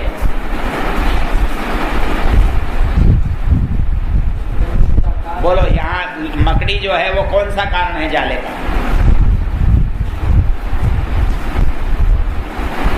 भाई मकड़ी के बिना तो जाला नहीं बन सकता। और जाला और मकड़ी दोनों साथ हैं, तो इसका मतलब मकड़ी क्या हुई? जाले का। अरे गलत बोल रहे हो ना भाई। जाला किसके बिना नहीं बन सकता? मकड़ी के बिना। तो जिसके और जाले और मकड़ी का अस्तित्व साथ में, जाला वापस कहाँ जाता है? मकड़ी में। तो फिर मिट्टी से घड़ा बना और वापस घड़ा टूटा तो मिट्टी घड़े का, तो संसार ब्रह्म का कार्य हुआ कि नहीं हुआ? और जो संसार है इसका उपादान कारण ब्रह्म हुआ कि नहीं हुआ?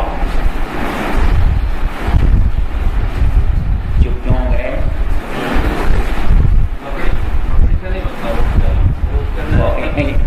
आपकी बात नहीं है, मैं कोई आपको बताने थोड़ी बैठा। हाँ जी, क्या हुआ फिर? अरे कुछ जोर लगाओ। क्या हुआ? झगड़ा क्या हुआ? परेशानी क्या है?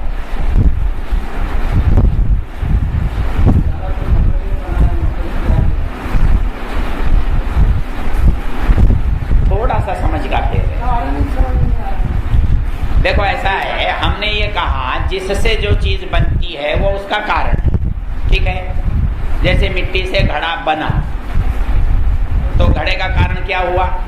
मिट्टी। हम मिट्टी को उपादान कारण कहते हैं घड़े का, ठीक है। घड़ा कार्य है और मिट्टी कारण है। तो वेदांती लोग ये कहते हैं कि जाला किससे बना? मकड़ी से। और जाला किस में गया? मकड़ी में। तो मकड़ी जाले का उपादान कारण हुई कि नहीं हुई? हाँ बोलो ना, हाँ बोलने में क्यों डरते हो? बोलो एक बार, हाँ बोल कर देखो। हाँ ठीक है, बोलो। ये तो तैयारी नहीं है बोलने को। अरे एक बार दुर्जन तोष न्याय से भी बोल दो। दुर्जन तोष न्याय क्या होता है? कोई मूर्ख था, वो ये कहने लगा कि इस समय तो रात है। लोगों ने समझाया, नहीं माना। तो लोगों ने कहा अच्छा भाई कोई बात नहीं, रात ही सही। फिर तो सोया क्यों नहीं? तो उसकी बात मान ली। क्यों मान ली? उसे समझाने के। ये न्याय कौन सा है? दुर्जन तोष न्याय। तो दुर्जन तोष न्याय से मान लो भाई, मकड़ी जो है वो जाले का कौन सा कारण है? भाई निमित्त हो ही नहीं। मकड़ी से जाला पैदा हो रहा है, जाला मकड़ी में लीन हो रहा है, मकड़ी और जाले में बनने बनाने का संबंध है। तो फिर मकड़ी जाले का उपादान कारण क्यों नहीं? क्योंकि वो मकड़ी से जाला नहीं बनता, बिना मकड़ी जाला बन जाता है। मकड़ी बनाती है। अरे भाई मकड़ी नहीं हो तो जाला बनेगा क्या? जाला मकड़ी से अलग चीज है क्या? तो लेकिन कुम्हार घड़े में शामिल तो नहीं है, लेकिन यहाँ मकड़ी तो जाले में शामिल है।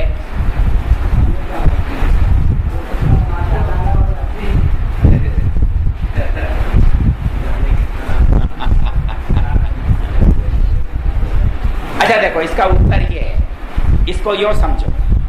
बोले आप कहते हो जी मकड़ी से जाला बनता है, तो क्या मरी मकड़ी से जाला बन जाएगा? मकड़ी तो है, लेकिन मकड़ी से जाला तो नहीं बनेगा। तो कब में बनेगा? तो जीवन क्या हुआ?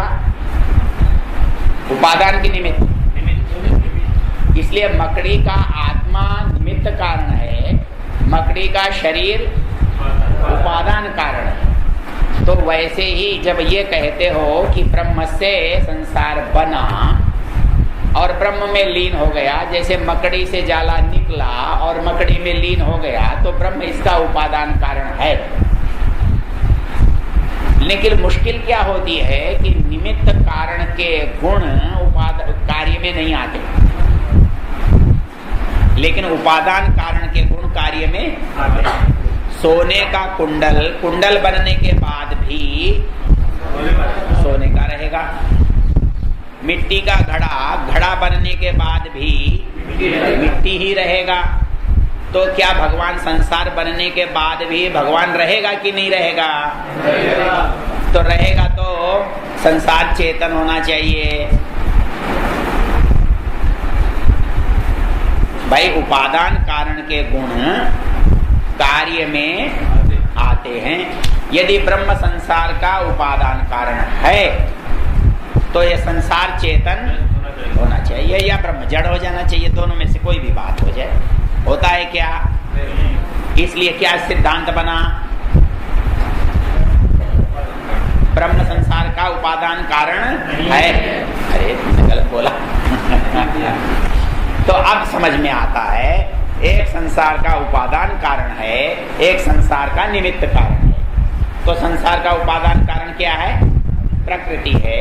और संसार का निमित्त कारण क्या है? परमेश्वर है।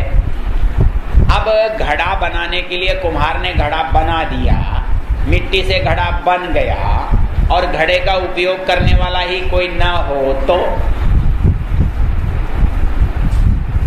फिर क्या करेगा? घड़े का घर में जमाएगा? घड़ा तो बेचकर रोटी खाने के लिए था, बिकेगा ही नहीं तो रोटी कैसे खाएगा? तो संसार यदि परमेश्वर बनाएगा और इस संसार का कोई उपयोग करने वाला नहीं होगा तो परमेश्वर करेगा क्या? ठन गोपाल, भगवान का बहुत बड़ा मंदिर बनाया, पुजारी जी बैठे हैं, भगत आया ही नहीं, फिर मंदिर का और पुजारी का क्या होगा? तो इस संसार में ब्रह्म ने संसार बनाया, प्रकृति से संसार बना, ये व्यर्थ है यदि इसमें मनुष्य जीव न हो तो। यदि जीव न हो तो ये संसार, अच्छा ये तीनों ही आपस में व्यर्थ हैं इसे एक दूसरे के बिना।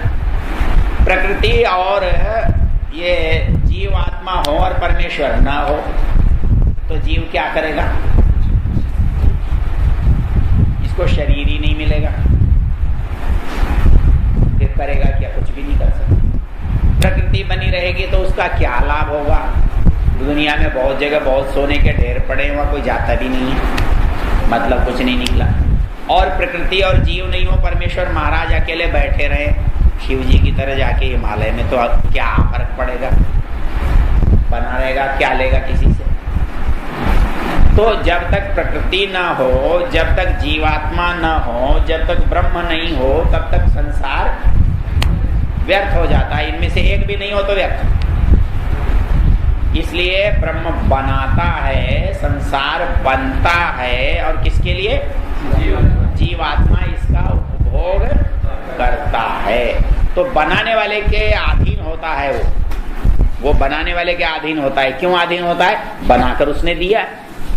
आपको कोई गाड़ी देता है, कहता है जरा ठीक ठाक बरत के आना, खराब हुई तो ठीक कर दूंगा मैं तुमको।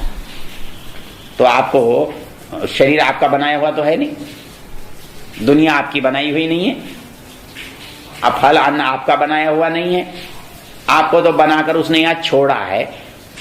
तो ये उसकी जिम्मेदारी है कि आप सही गलत उपयोग देखना। यदि आपने गलत उपयोग किया तो क्या करेगा? भाई माल उसका है ना, माल तो आपका नहीं है। तो जिसका माल है वो हिफाजत करेगा कि नहीं करेगा?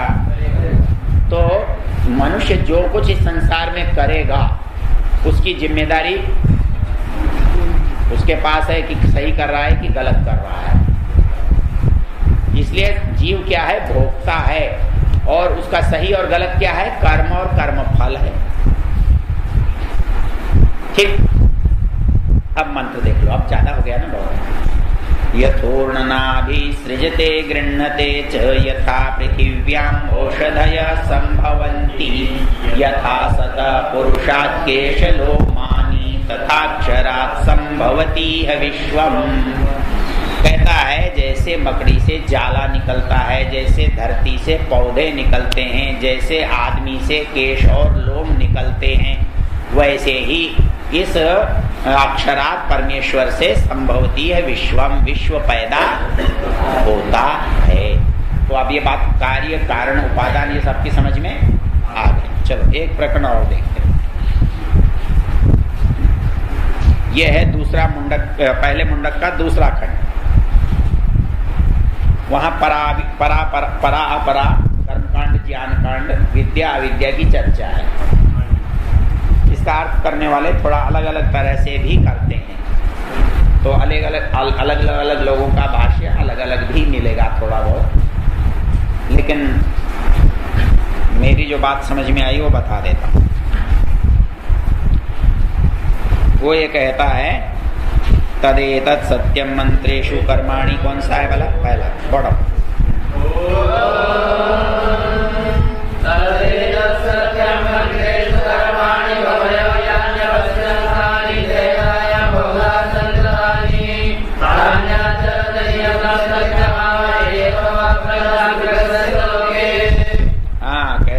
तदेतत् सत्यम, ये सत्य है। मंत्रेषु कर्माणि कवयो यान्यपश्यत्, मंत्रों में उन्होंने कर्मों को देखा और त्रेता में उनका बहुत विस्तार हुआ।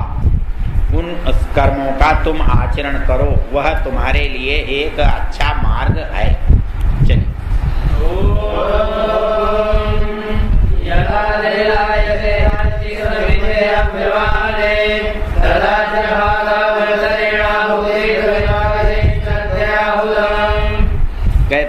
जब यज्ञ की अग्नि प्रज्वलित हो जाए और ज्वालाएं उठने लगे तो उस जो उठती हुई ज्वाला में श्रद्धा से आहुति प्रदान करे।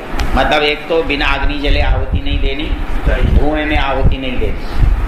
कब आहुति देनी? यदा लेला यहते अर्ची, जब लहरें जो हैं लपटें उठने लगे। समिद्धे हव्यवाहने, जब आप समिधाओं को बहुत अच्छी तरह जला लें। तदाज्य भागावंतरेण आहुति प्रतिपादये, तब श्रद्धा से अपनी आहुति उस अग्नि में समर्पित करनी चाहिए। चलो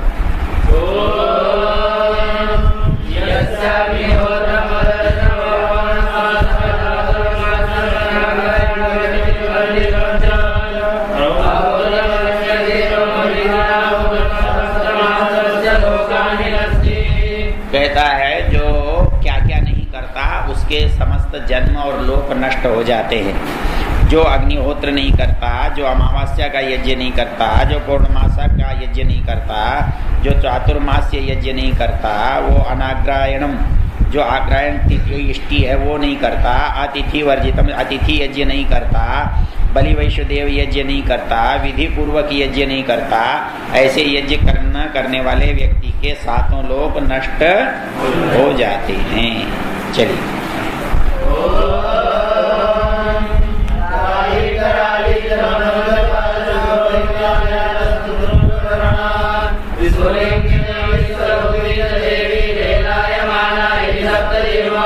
हवन कुंड में जो अग्नि जलती है उसमें उठने वाली लपटें 7 तरह की होती हैं।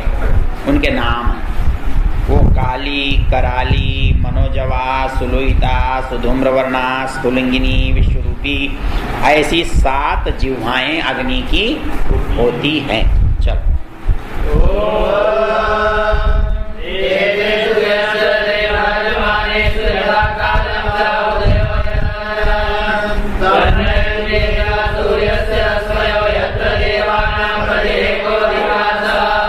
तो कहता है इन चमकती हुई ज्वालाओं में जो यथा समय अपनी आहुति डालता है उसको ये ज्वालाएं सूर्य के रश्मियों के माध्यम से उस मुख्य जो केंद्र है वहां तक पहुंचाती हैं। उसमें आहुति देनी चाहिए। जब ज्वालाओं में आप आहुति डालते हो तो आपकी आहुति सूर्य के द्वारा ऊपर जाती है। चलिए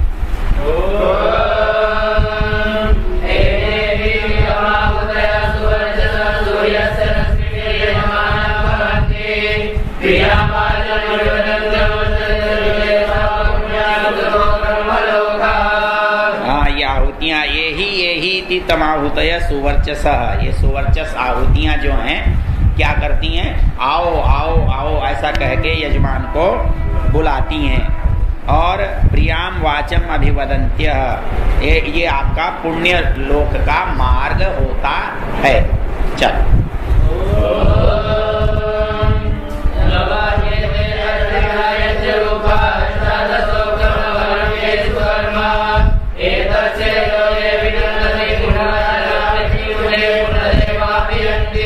ये वो झगड़ा है जिसकी मैंने पहले दिन आपसे चर्चा की थी। क्या मतलब? यहाँ कर्म कांड को ज्ञान कांड से निम्न बताया, तो इसको लेकर के हमारे सारे जो पाश्चात्य जगत के लोग हैं वो ये कहते हैं कि शास्त्रों में यज्ञ की निंदा है। यज्ञ की निंदा है। कैसे निंदा है? बोले ये पंक्ति है, प्लवा इहेते अदृढ़ा यज्ञ रूपा। प्लवा कहते हैं जो तैरती वाली चीज है, नाव। तो तुम यज्ञ को नौका कहते हो। एक मंत्र भी तो है ना, यम अयम यज्ञ नौ, ये संसार सागर की नौका है यज्ञ, ऐसा शतपथ ब्राह्मण का वाक्य है। मतलब यज्ञ संसार रूपी सागर की नौका है। तो ये कहता है नौका तो है लेकिन प्लवा ये थे अदृढ़ा, बहुत मजबूत नहीं है, शिथिल बंधनों वाली है, पता नहीं कब डूब जाए। वो अष्टादशोक्तम अवरम येषु कर्म, जो अष्टादश यज्ञों की बात है ये सारे कर्म जो है अवर है, निकृष्ट हैं, निम्न हैं। और जो लोग इसमें मस्त होते हैं, इसी में व्यस्त होते हैं, तो एतत् श्रेयो अभिनंदन्ति, इसको अच्छा समझते हैं, वो यहीं जरा मरण के चक्र में पड़े हुए रहते हैं, वो महामूर्ख होते हैं। अब यहाँ मूर्ख भी कह दिया, जरा मरण के चक्र में पड़ने वाला भी कह दिया, इसको श्रेय नहीं मानने की बात भी कह दी, और कहता है ये अदृढ़ा भी होते हैं। अब ये शब्दों का प्रयोग है। तो हमारे पाश्चात्य विद्वान क्या कहते हैं, इसमें यज्ञों की निंदा है। देखने से लगता है कि यज्ञों की निंदा है, क्योंकि ये अदृढ़ नौका है, संसार में डुबाने वाली है, मुक्ति को नहीं देने वाली है, इसलिए ये यज्ञ रूपी नौका शिथिल बंधनों वाली है। ठीक है, तो मैंने उस व्यक्ति से एक ही बात कही, क्योंकि इसका जो अगला श्लोक है ना, वो ये बताएगा कि वास्तव में ये बात ऐसे क्यों कही जा रही है। और इसमें भी नहीं, बल्कि देखो एक दूसरा पंक्ति आएगी कहाँ पर,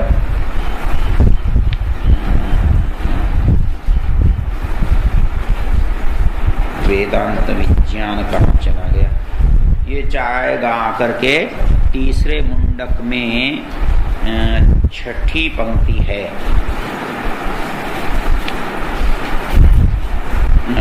ये खंड कौन सा है,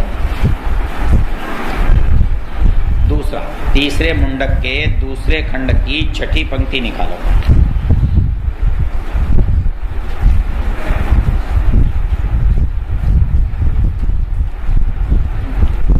तो ये कहता है इष्टापूर्तम मन्यमाना वरिष्ठम ये अभिनंदन्ति श्रेयो की मूढ़ा।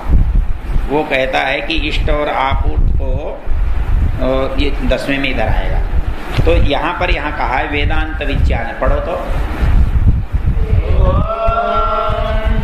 वेदांत विज्ञान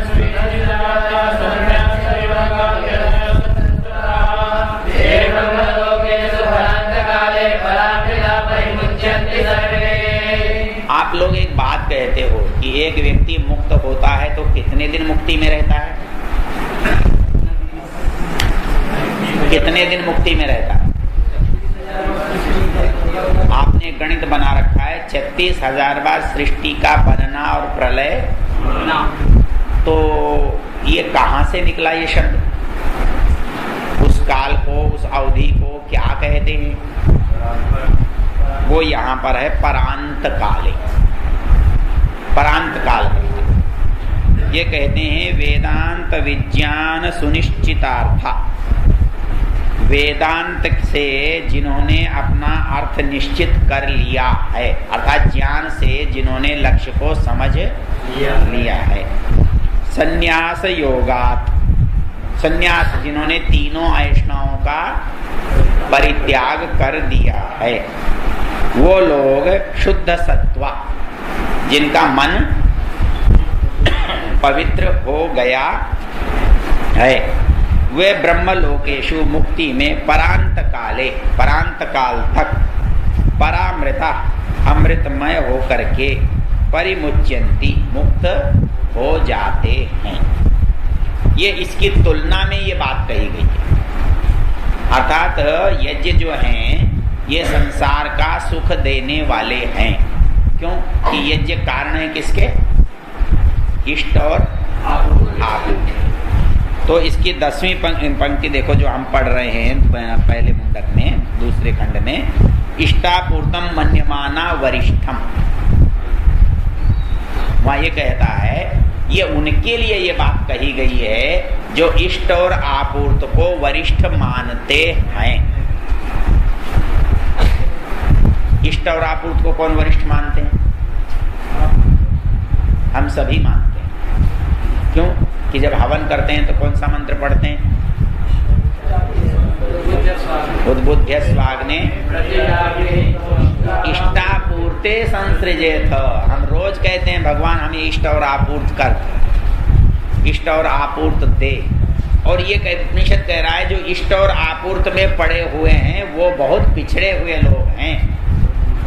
पर पिछड़े हुए लोग होने का मतलब ये नहीं है कि हम गंवार या अनपढ़ हैं। अंतर इतना ही है कि हम मुक्ति वालों से पिछड़े। मतलब दुनिया में सुंदर सुख प्राप्त करने का साधन तो यज्ञ है, लेकिन ये यज्ञ में ही केवल लिप्त रह गए और कामनाओं में फंसे रह गए तो फिर मुक्ति का संबंध नहीं बनता। बात कुछ समझ में आई? नहीं आई? नींद आ? क्या बात कही मैंने? ये तुलना कहाँ है, झगड़ा कहाँ खड़ा हो रहा है? ये कहता है यज्ञ करना बेकार है और आप कहते हो यज्ञ करना बहुत अच्छा है। अब कैसे सिद्ध करो कि अच्छा है? कहो तुम्हारी पुस्तक कह रही है कि यज्ञ करने वालों को मुक्ति उक्ति मिलती नहीं है, ये सब बेकार का काम है। अब आप क्या कहोगे?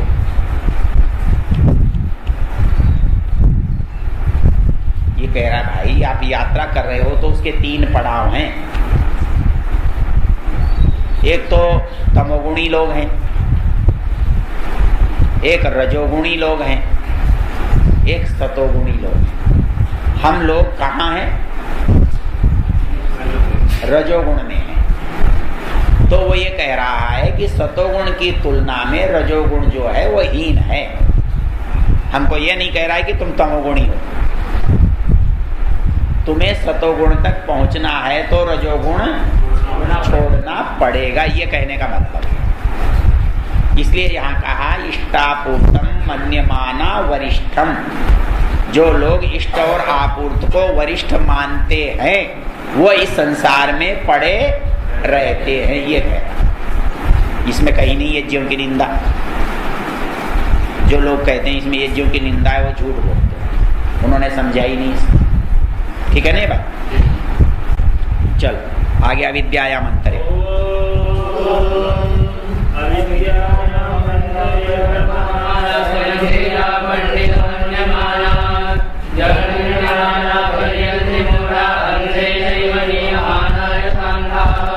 इसकी शब्दावली देखकर तो ऐसा लगता है कि थोक भाव में गालियां दे रही। हवन करने वालों को बड़े मोटी मोटी गालियां दी हुई हैं, लेकिन तुलना में ही है ये, मुक्ति वालों की तुलना में। क्या कहता है? अविद्यायाम अंतरे वर्तमान। यहाँ अविद्या लेकिन अज्ञान वाली अविद्या नहीं है, ये यजुर्वेद की विद्या और अविद्या वाली अविद्या है। समझ में आया? तो अविद्यायाम अंतरे वर्तमाना, जो अविद्या के बीच में पड़े। स्वयं धीरा पंडितम मन्यमाना, अपने को बड़ा धीर गंभीर विद्वान मानते हैं। जंघन्य माना, पर इधर उधर ठोकरे खाते हैं।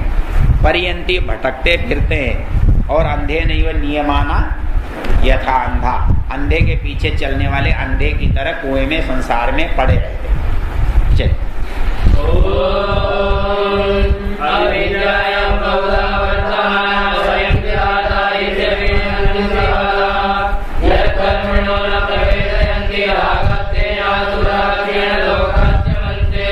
ऐसे जो लोग होते हैं जो अविद्या में ग्रस्त होते हैं, वो अविद्या में पड़े रहते हैं, अपने को कृतार्थ मानते हैं, वो बाल बुद्धि वाले होते हैं, वो इस बात को असलियत को समझते नहीं हैं और राग द्वेष में युक्त होकर के इन निम्न लोकों में ही सदा विचरते हैं। चलिए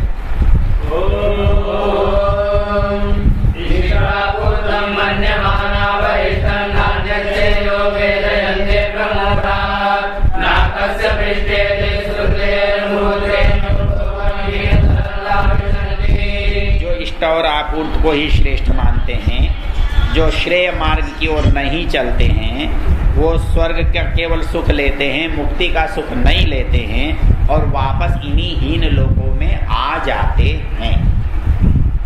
चलो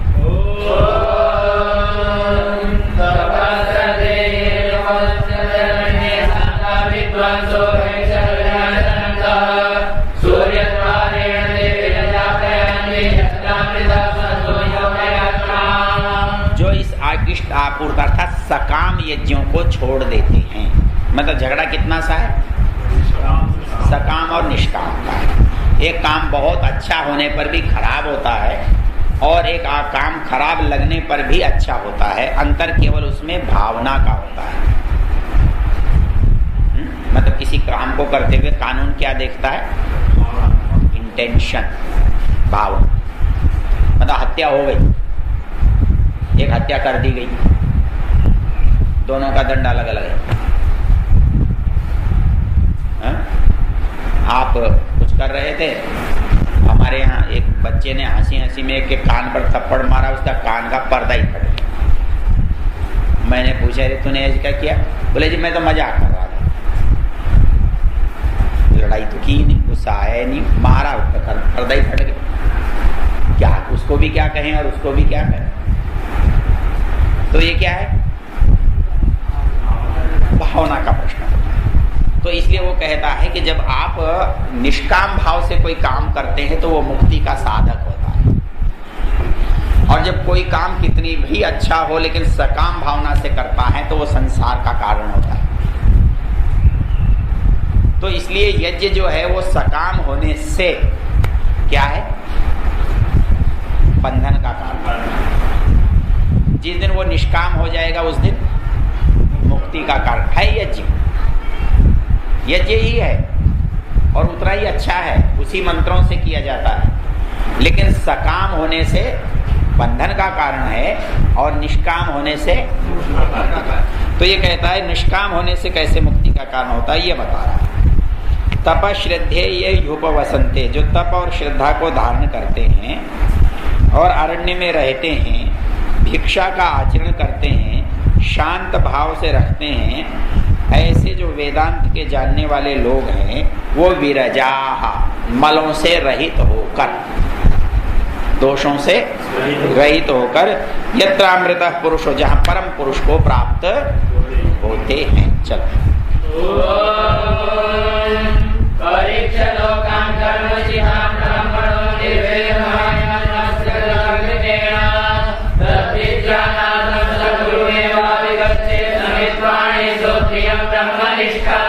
हाँ, बोले ये ज्ञान कोई ऐसे ही नहीं मिल जाता और इसे ऐसे ही कोई प्राप्त भी नहीं कर सकता। तो परीक्ष्य लोकान, लोगों की परीक्षा करके, कर्मचितान, जो कर्म से संचित हैं, जो कर्म और कर्म फल के भोगों में लिप्त हैं, उनको देख करके ब्राह्मण निर्वेद मायात, ब्राह्मण जो है निर्वेद वैराग्य को आयात प्राप्त होवे। इस संसार को देख करके ज्ञानी व्यक्ति को वैराग्य प्राप्त होवे, और जब वो वैराग्यवान हो जाए तो ज्ञान के लिए कहाँ जाए? गुरु मेवाभिगच्छेत, गुरु के पास जाए। कैसे जाए? समित पाणी श्रोत्रियम ब्रह्मनिष्ठम, ऐसे गुरु के पास जाए जो ब्रह्म का जानकार हो, उसके पास समित पाणी हो करके उस ज्ञान को प्राप्त करे। ये आपका दूसरा खंड है। इसमें तुलना क्या है? कर्मकांड और ज्ञान कांड की तुलना है। चलो वापस आओ। बचा है? नहीं बचा है तो पढ़ लो, उसमें क्या है।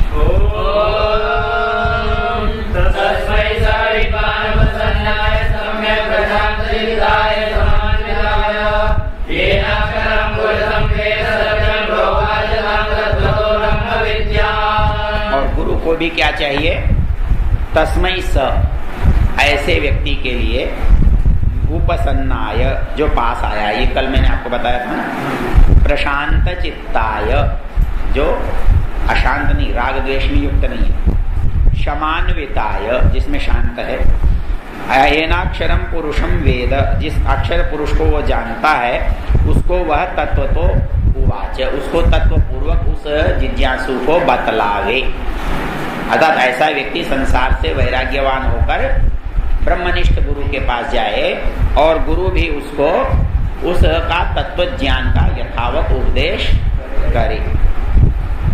चलो ये पीछे आ जाओ वापस, शुरू वाली की पंक्तियाँ देख लेते हैं। हाँ, समय हो गया वैसे तुम्हारा, चलो एक दो देख लो, आसान आसान है, उनको देखा जाता है। चलो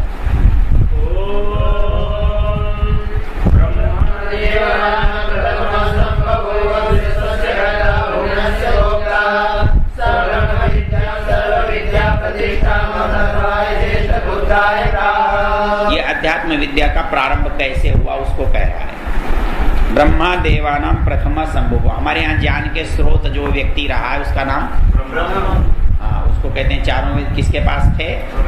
वैसे ऋषियों पर प्रकट हुए, लेकिन मनुष्यों में सबसे पहले ब्रह्मा को मिले, इसलिए उसका चार मुंह बनाते हैं। तो ब्रह्मा देवानाम प्रथम संभव हुआ। देवताओं में ज्ञानियों में ब्रह्मा जो था वो पहले था। वो विश्वस्य कर्ता भुवनस्य गोप्ता, मतलब इस संसार की व्यवस्था को बनाने वाला था। सबसे पहले कानून व्यवस्था का निर्माण करने वाला इस दुनिया में वो था। उसने ब्रह्म विद्या को, जो कैसी विद्या है? सर्व विद्या प्रतिष्ठाम, सब विद्याओं में बड़ी है। और उसने किसको बताया? अपने ज्येष्ठ पुत्र अथर्वा को उसका उपदेश दिया। तो ब्रह्मा ने किसको दिया? अथर्वा को, जो उसका बड़ा बेटा। चलो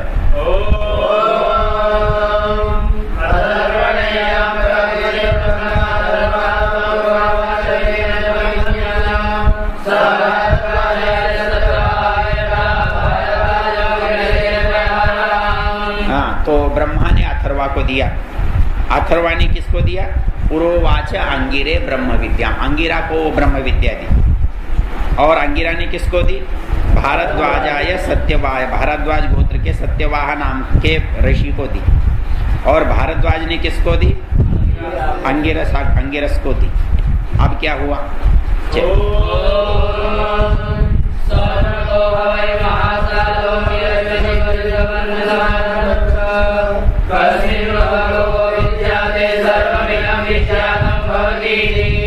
बाद में एक शौनक ऋषि थे। और ऋषि तो थे ही, ज्ञानवान थे, लेकिन उनकी दूसरी विशेषता क्या थी? उनके बहुत बड़े बड़ी हवेलियां, प्रासाद थे, मकान थे। तो इसलिए उनका एक विशेषण क्या है? महाशाला। मतलब दो विशेषण आते हैं अपने व्यक्तियों के, महाशाला और महाश्रोत्रिय। बहुत बड़ा ज्ञानी है तो वो महाश्रोत्रिय है, और महाशाला जिसकी बड़ी बड़ी शालाएं हैं वो महाशाला। तो वो क्या हुआ? महाशाला शौनक। जो शौनक था वो महाशाला वाला, वो अंगिरसम विधिवद उपसन्ना, अंगिरा ऋषि के, अंगिरस ऋषि के पास विधि पूर्वक शिष्य बन करके प्राप्त हुआ। और उसने एक सवाल पूछा, कस्मिन्नु भगवो विज्ञाते सर्वम विदम विज्ञातम भवति थी। आप मुझे कोई ऐसी बात बताओ जिसके जानने के बाद सब बातें अपने आप समझ में आ जाती हों। अब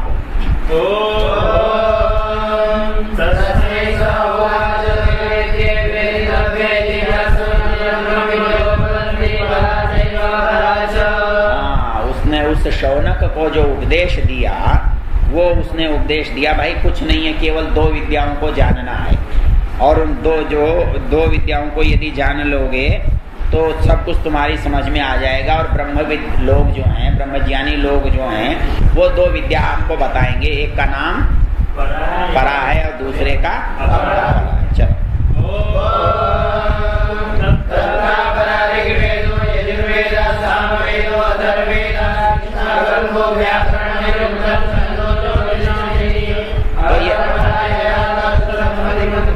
ये बता दिया भाई, ऋग्वेद यजुर्वेद सामवेद आदि ये क्या है? अपरा विद्या है। और परमेश्वर जिससे प्राप्त होता है उसका नाम जप।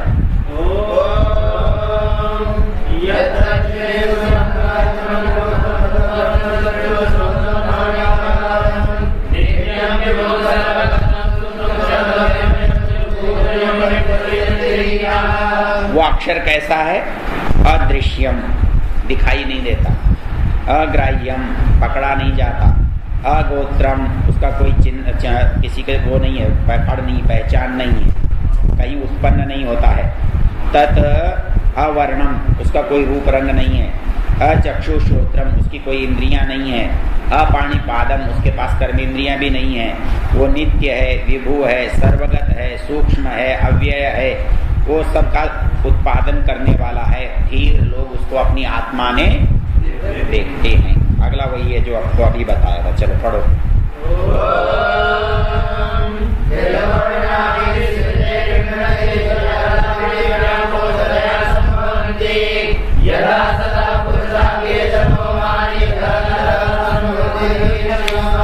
हाँ, जैसे मकड़ी से जाला होता है, जैसे पृथ्वी में औषधियाँ होती हैं, जैसे पुरुषों से केशलेम होते हैं, वैसे ही परमेश्वर से ये सारा संसार उत्पन्न होता है। चलो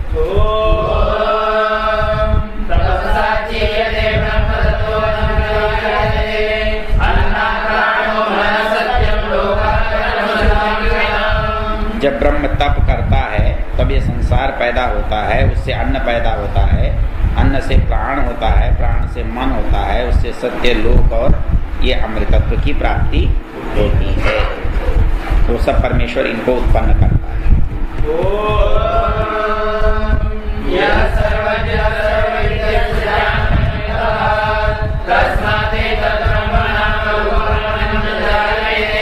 हाँ, वो सर्वज्ञ है, वो सर्वविद है, सबको जानने वाला है, जिसका ज्ञानमय कार्य है। मतलब दुनिया में कोई भी कार्य बुद्धि से परे नहीं है। मतलब जो काम है बहुत बुद्धिपूर्वक है, और परमेश्वर की विशेषता यह है कि कोई भी काम बिना बुद्धि के करा हुआ नहीं मिलेगा।